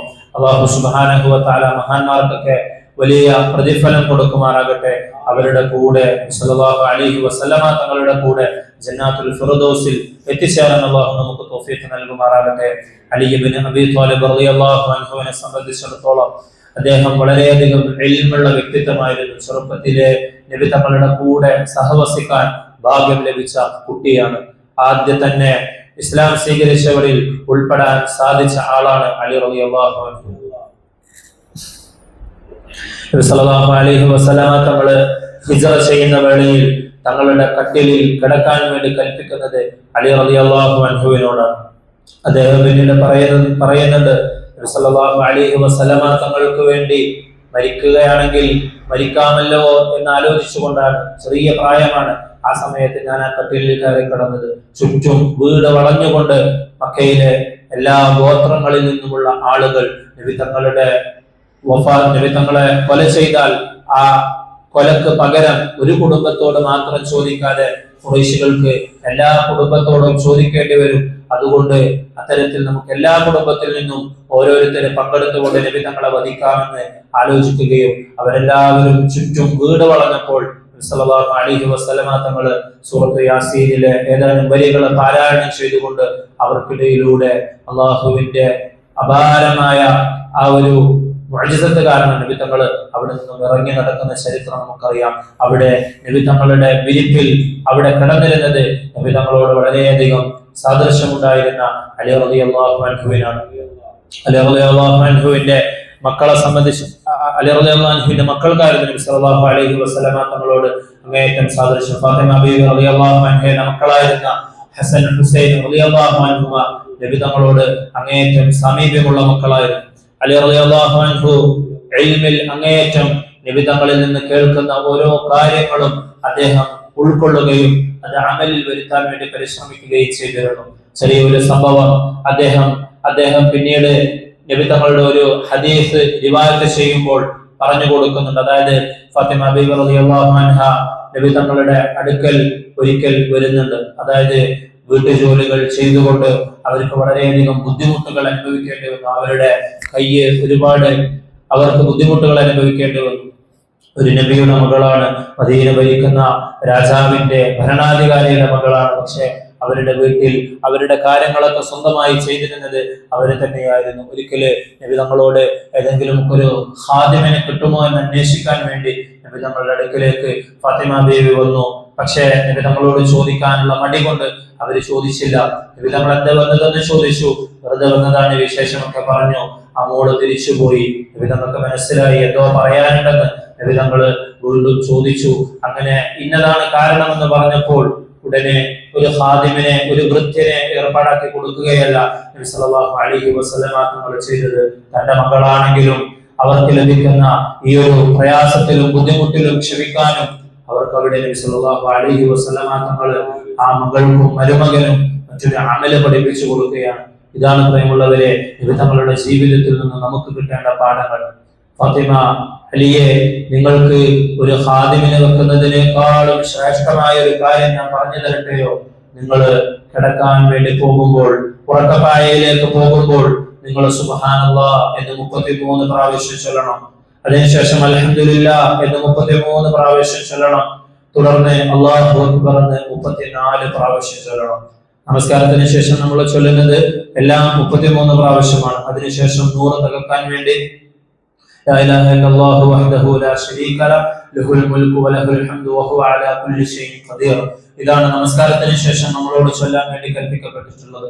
എന്നാൽ ഉറങ്ങാൻ വേണ്ടി പോകുമ്പോൾ 34 പ്രാവശ്യം അല്ലാഹു അക്ബർ എന്ന് ചൊല്ലിക്കൊണ്ടാണ് നമ്മൾ 100 പൂർത്തിയാക്കേണ്ടത്. ആ ഹദീസ് നമുക്ക് പറഞ്ഞു തരുന്നത് ഈ ഒരു രസകരമായ സംഭവത്തിലൂടെയാണ്.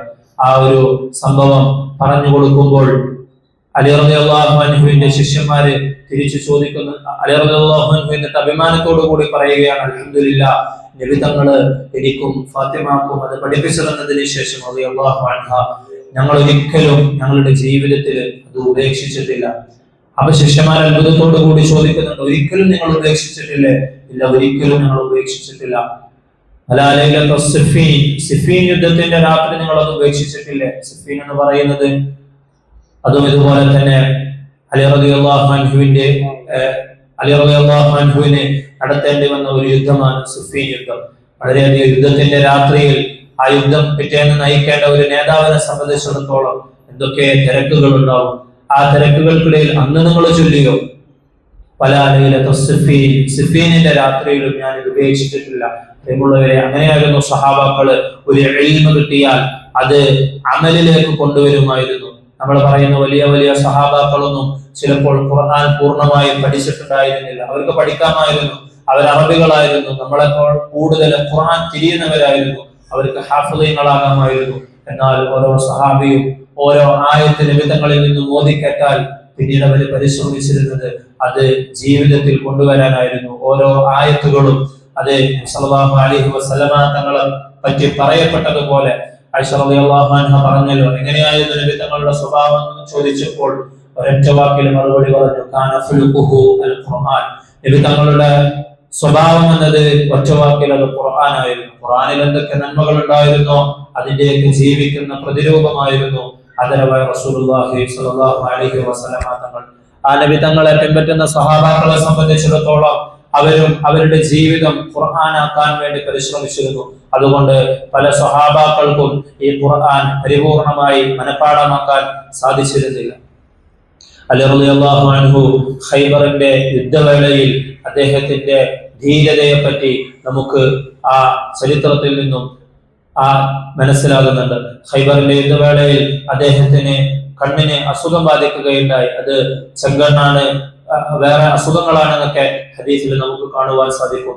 നബി സല്ലല്ലാഹു അലൈഹി വസല്ലമ തങ്ങളുടെ അടുക്കൽ വിവരമെത്തുകയും നബി തങ്ങളുടെ മുബാറക്കായ ഉമിനീര് കൊണ്ട് അദ്ദേഹത്തിന്റെ കണ്ണിൽ പുരട്ടുകയും അദ്ദേഹത്തിന്റെ അസുഖം ഭേദപ്പെടുകയും ചെയ്തു. ഖൈബറിന്റെ കോട്ട അത് ശക്തിമത്തായ കോട്ടയാണ്. അത് തകർത്തുകൊണ്ട് ഉള്ളിൽ കിടക്കുന്നത് മുസ്ലിമീങ്ങൾക്ക് വളരെയധികം ബുദ്ധിമുട്ടായി. അതിനെ പ്രതിരോധിച്ചുകൊണ്ട്, ആ കോട്ട ഉപരോധിച്ചുകൊണ്ട് ഒരുപാട് ദിവസം മുസ്ലിമീങ്ങൾ ഇങ്ങനെ ചുറ്റിപ്പറ്റിരുന്നു. ആ ഒരു രാത്രിയിൽ നബി തങ്ങൾ പറഞ്ഞു, ലൗ അഅതിയന്ന റായത ഗദൻ റജുലൻ യുഹിബ്ബുല്ലാഹ വറസൂലഹു വയുഹിബ്ബുഹുല്ലാഹു വറസൂലുഹു.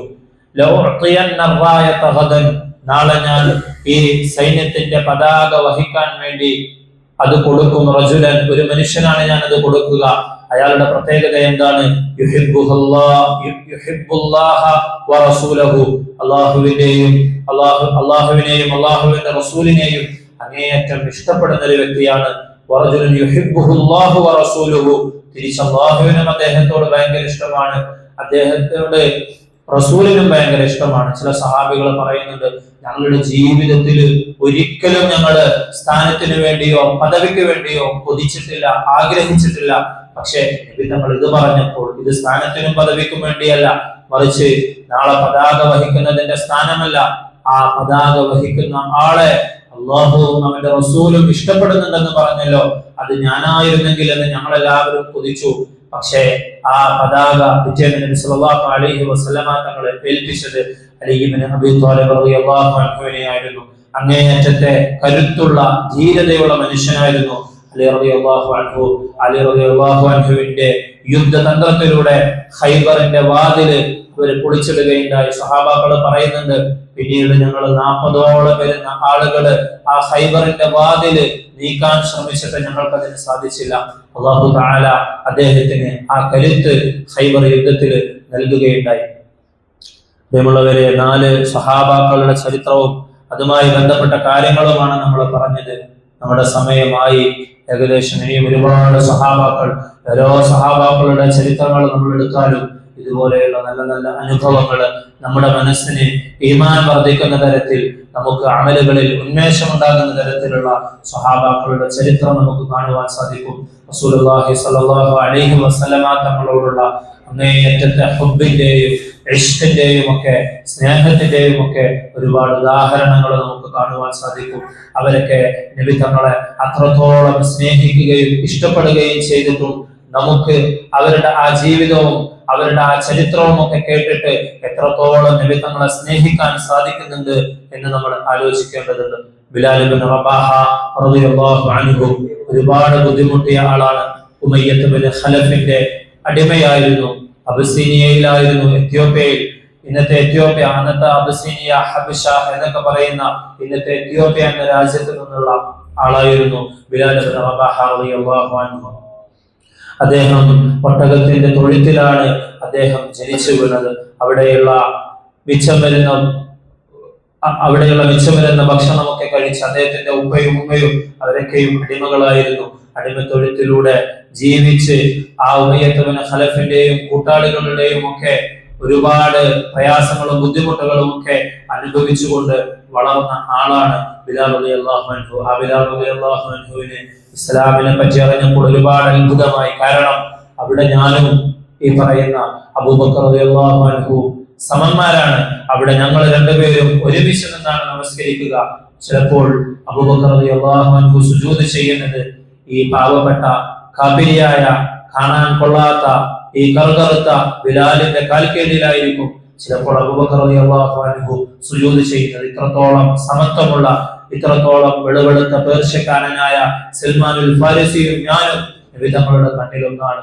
അതുകൊണ്ടാണ് അവരോടുള്ള ആ ഒരു പെരുമാറ്റത്തിന്റെ പേരിലാണ് ബിലാൽ റളിയല്ലാഹു അൻഹു ഒക്കെ ഇസ്ലാമിലേക്ക് കടന്നു വരുന്നത്. ബിലാൽ റളിയല്ലാഹു അൻഹു പറയുന്നുണ്ട്, എന്റെ ഈ കറുകറുത്ത ചള്ളയിൽ ആദ്യമായി എനിക്കൊരു ഉമ്മ തരുന്നത് എന്റെ റസൂലുള്ളാഹി സ്വല്ലല്ലാഹു അലൈഹി വസല്ലമ തങ്ങളാണ്.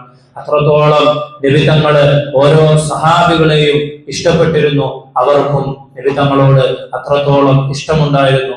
ബിലാൽ റളിയല്ലാഹു അൻഹുവിന്റെ നെഞ്ചിൽ പാറക്കല്ല് കയറ്റി വെച്ചുകൊണ്ട് ആദ്യം ഒരുപാട് ചാട്ടവാറ് കൊണ്ട് അടിക്കും.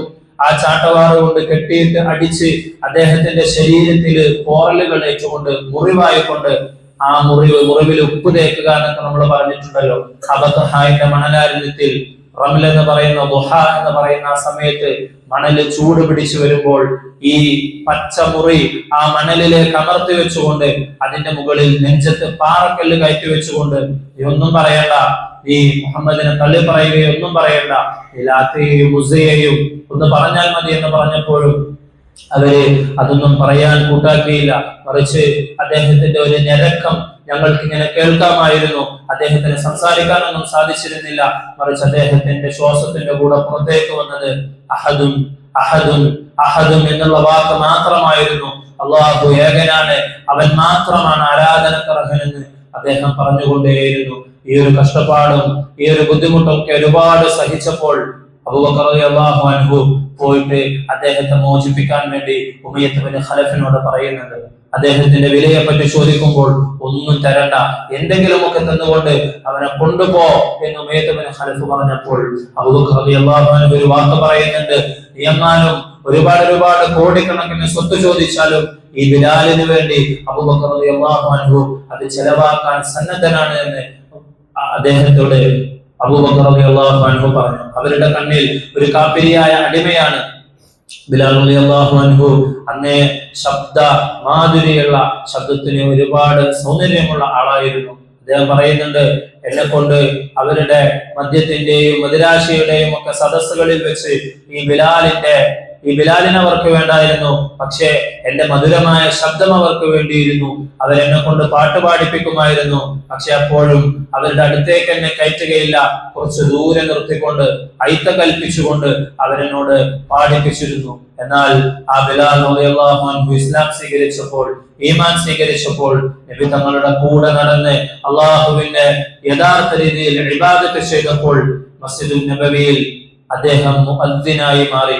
അദ്ദേഹം ഇനി വരുന്ന എല്ലാ മുഅദ്ദിനുമാരുടെയും നേതാവായിക്കൊണ്ട് റസൂലുള്ളാഹി സ്വല്ലല്ലാഹു അലൈഹി വസല്ലം തങ്ങളുടെ പള്ളിയിൽ ബാങ്ക് കൊടുക്കുക എന്ന അതിമഹത്തായ ആ ഒരു തൗഫീഖ് ലഭിച്ച വ്യക്തിയായി അദ്ദേഹം മാറുകയുണ്ടായി. നബി സല്ലല്ലാഹു അലൈഹി വസല്ലം തങ്ങളുടെ വഫാത്തിന് ശേഷം അദ്ദേഹത്തിന് മദീനയിൽ നിൽക്കാൻ കഴിഞ്ഞില്ല. മദീനയിലെ ഓരോ കാര്യങ്ങൾ കാണുമ്പോഴും അദ്ദേഹത്തിന്റെ മനസ്സിൽ നബി തങ്ങളുടെ കാലത്തുള്ള ഓർമ്മകൾ ഇങ്ങനെ തികട്ടി വരുമായിരുന്നു.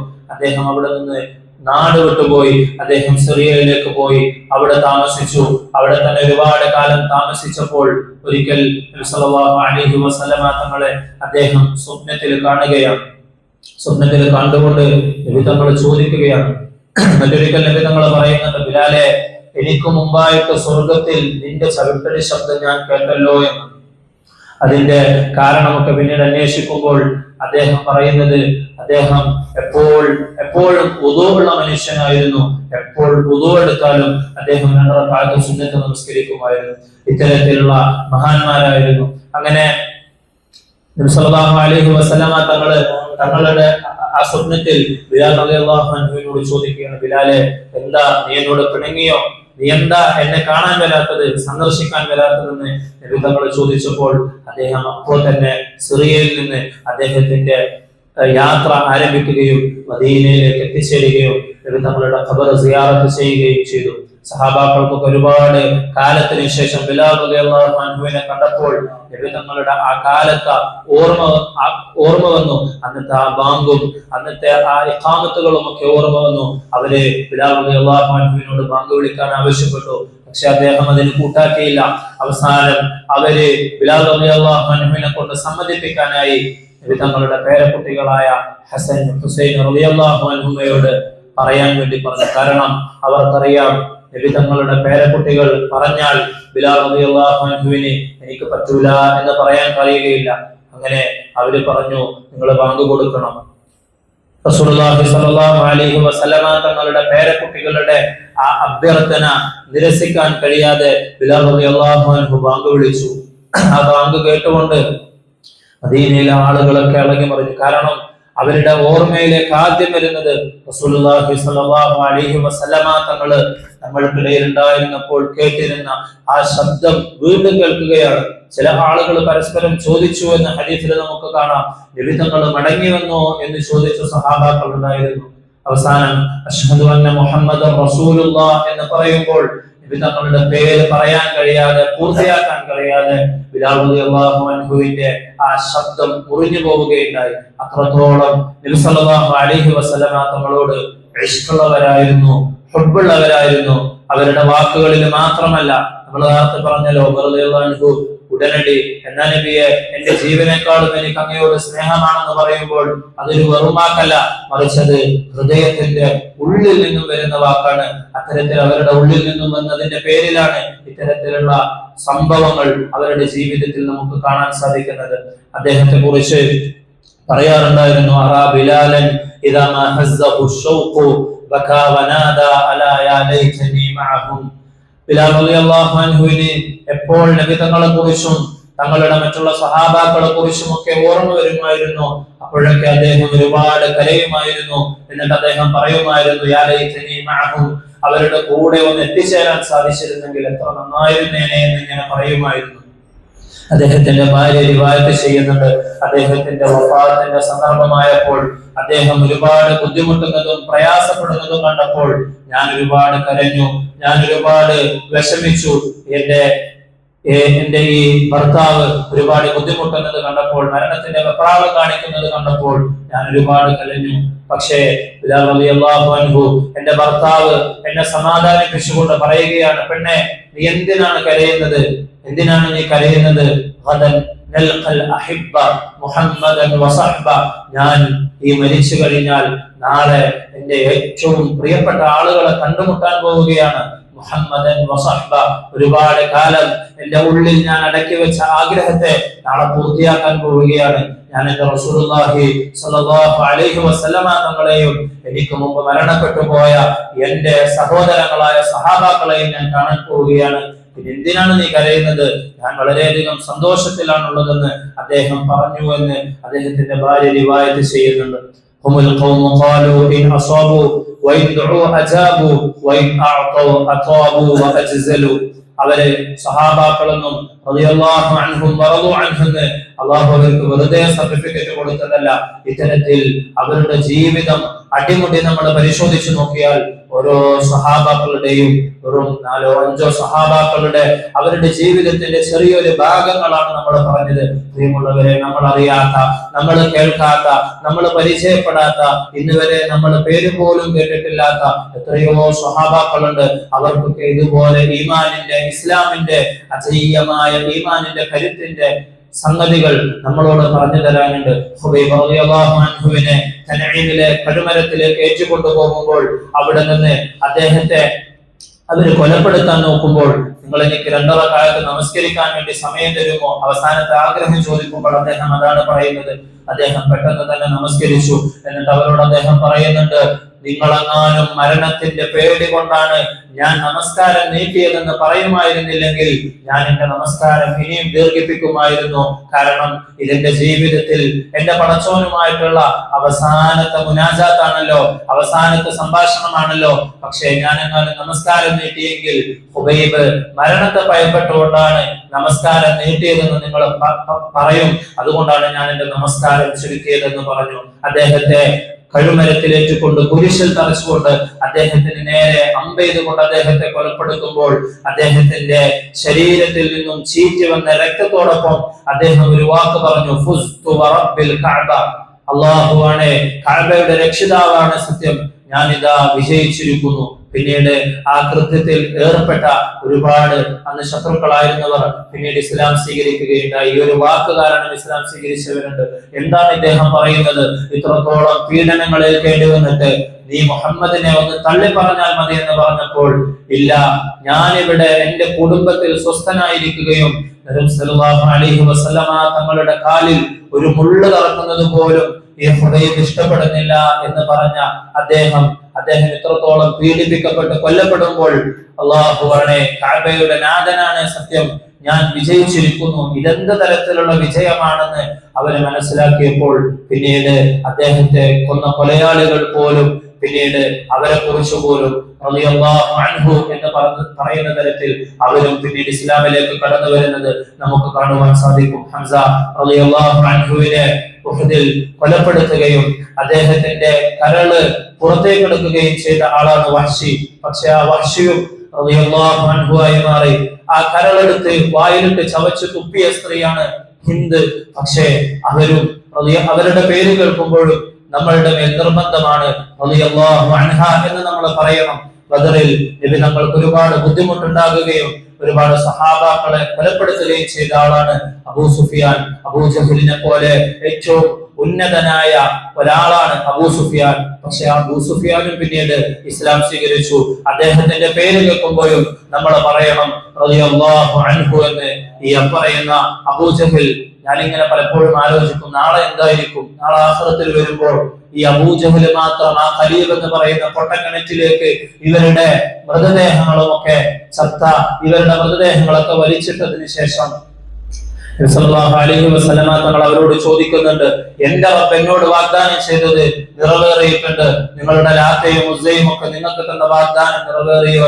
നാളെ ഈ അബൂജഹൽ ആഖിറത്തിൽ വരുമ്പോൾ തന്റെ കൂടെ ഉണ്ടായിരുന്ന അബൂ സുഫിയാൻ, തന്റെ കൂടെ ഉണ്ടായിരുന്ന തന്റെ സ്വന്തം മകൻ ഇക്രിമത്ത് ബിൻ അബീ ജഹൽ, അദ്ദേഹം ഇസ്ലാം സ്വീകരിച്ചു റളിയല്ലാഹു അൻഹു. നാളെ അവൻ മാത്രം ഇവരുടെ കൂട്ടത്തിൽ ഒറ്റപ്പെടുന്ന അരംഗമൊക്കെ ഞാൻ ഇടയ്ക്കിടെ ഇങ്ങനെ ആലോചിക്കാറുണ്ട്. അല്ലാഹു സുബ്ഹാനഹു വ തആല അത്രയുമൊക്കെ തെറ്റുകൾ ചെയ്തിട്ടും നബിതങ്ങൾക്ക് ഇത്രത്തോളം ഇഷ്ടമായിരുന്ന ഹംസ റളിയല്ലാഹു അൻഹുവിനോട് ആ ഒരു പ്രവൃത്തി ചെയ്ത വഹ്ശിയോട് നബിതങ്ങൾ പറഞ്ഞു, വഹ്ശി, നീ ഇങ്ങനെ എന്റെ മുന്നിൽ വരുമ്പോൾ ആ രംഗമാണ് എനിക്ക് ഓർമ്മ വരുന്നത് എന്ന് നബിതങ്ങൾ വളരെ വേദനയോടുകൂടി പറയാറുണ്ടായിരുന്നു. പക്ഷേ അവരൊക്കെ പിന്നീട് നമ്മൾ അവരുടെ പേര് കേൾക്കുമ്പോൾ റളിയല്ലാഹു അൻഹു എന്ന് പറയുന്ന തരത്തിൽ അവർക്കൊക്കെ മാറാൻ സാധിച്ചിട്ടുണ്ടെങ്കിൽ പ്രിയമുള്ളവരെ, തീർച്ചയായും നമുക്കൊക്കെ മാറാൻ സാധിക്കും. അത്തരത്തിൽ അല്ലാഹു നമ്മളെ ഖബൂലാക്കുമാറാകട്ടെ. അല്ലാഹു സുബ്ഹാനഹു വ തആല വളരെയധികം കരുണയുള്ളവനാണ്. 100 ആളുകളെ കൊന്നതിന് ശേഷവും അള്ളാഹു അവർക്ക് പുറത്തു കൊടുത്തത് ബനൂ ഇസ്രായേലിലെ ഒരു സംഭവം പറഞ്ഞുകൊണ്ട് നബി സല്ലല്ലാഹു അലൈഹി വസല്ലമ തങ്ങൾ നമുക്ക് പറഞ്ഞു തരുന്നുണ്ട്. അത്തരത്തിൽ ഉള്ള പാപങ്ങളൊന്നും ചെയ്യാത്ത നമ്മെ സംബന്ധിച്ചിടത്തോളം അള്ളാഹുവിന്റെ റഹ്മത്തിൽ അതിയായ പ്രതീക്ഷ നമുക്ക് വേണം. അള്ളാഹുവിന്റെ റഹ്മത്തിന്റെ ദിവസങ്ങൾ നമ്മുടെ മുമ്പിൽ ഉണ്ടാകുമ്പോൾ ആ റഹ്മത്തിൽ മുഅ്മിനീങ്ങൾക്ക് എപ്പോഴും പ്രതീക്ഷ വേണം.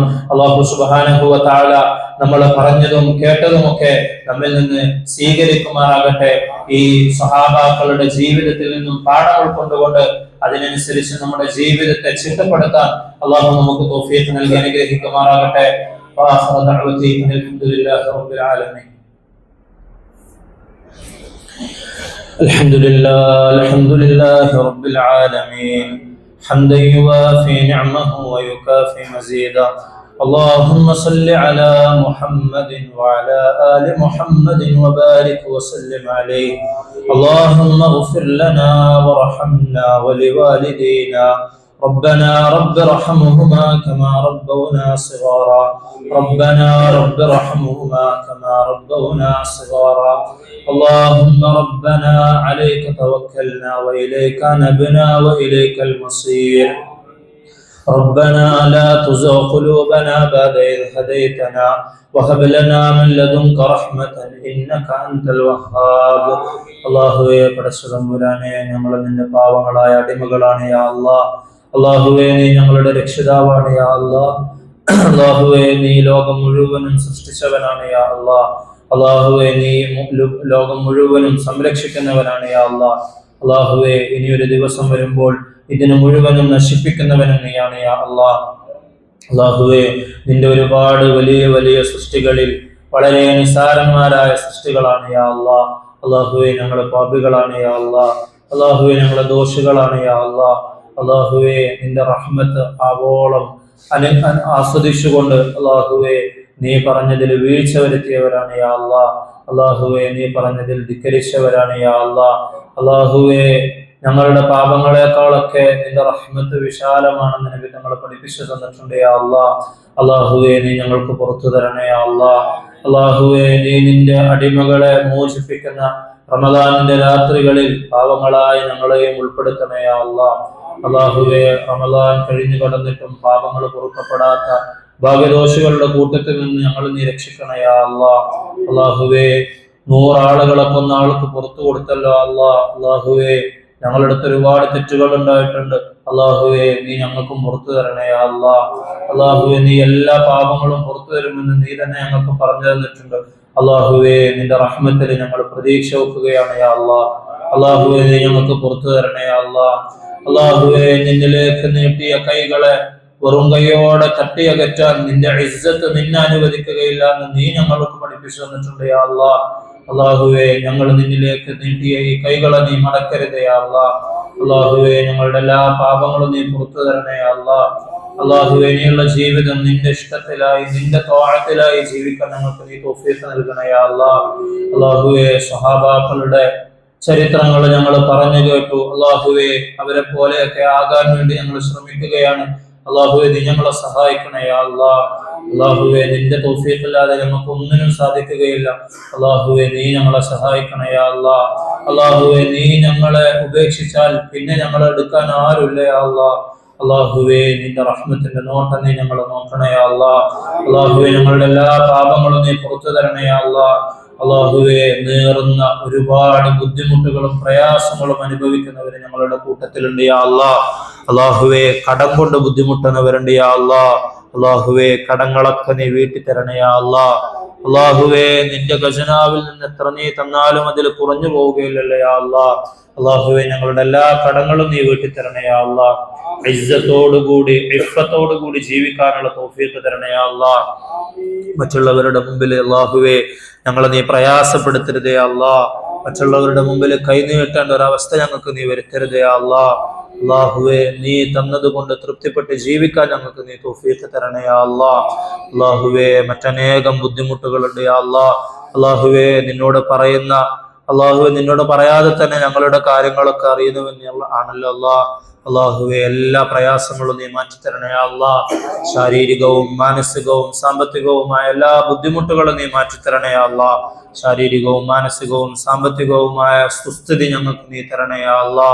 അല്ലാഹുവേ ഞങ്ങളുടെ മാതാപിതാക്കളെ നീ കബൂലാക്കണേ അല്ലാ.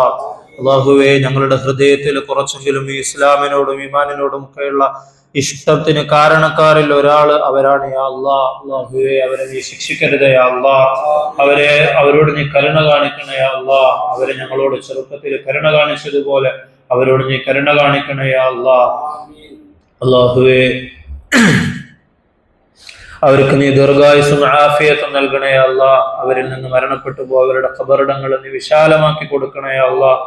അവരിൽ നിന്നും ജീവിച്ചിരിക്കുന്നവർക്ക് അല്ലാഹുവേ ഖിദ്മത്ത് ചെയ്യാനുള്ള തൗഫീഖ് തരണേ അല്ലാ. അവരുടെ ദുആ കിട്ടുന്ന ഭാഗ്യവാന്മാരായ മക്കളുടെ കൂട്ടത്തിൽ ഞങ്ങളെ നീ ഉൾപ്പെടുത്തണേ അല്ലാ.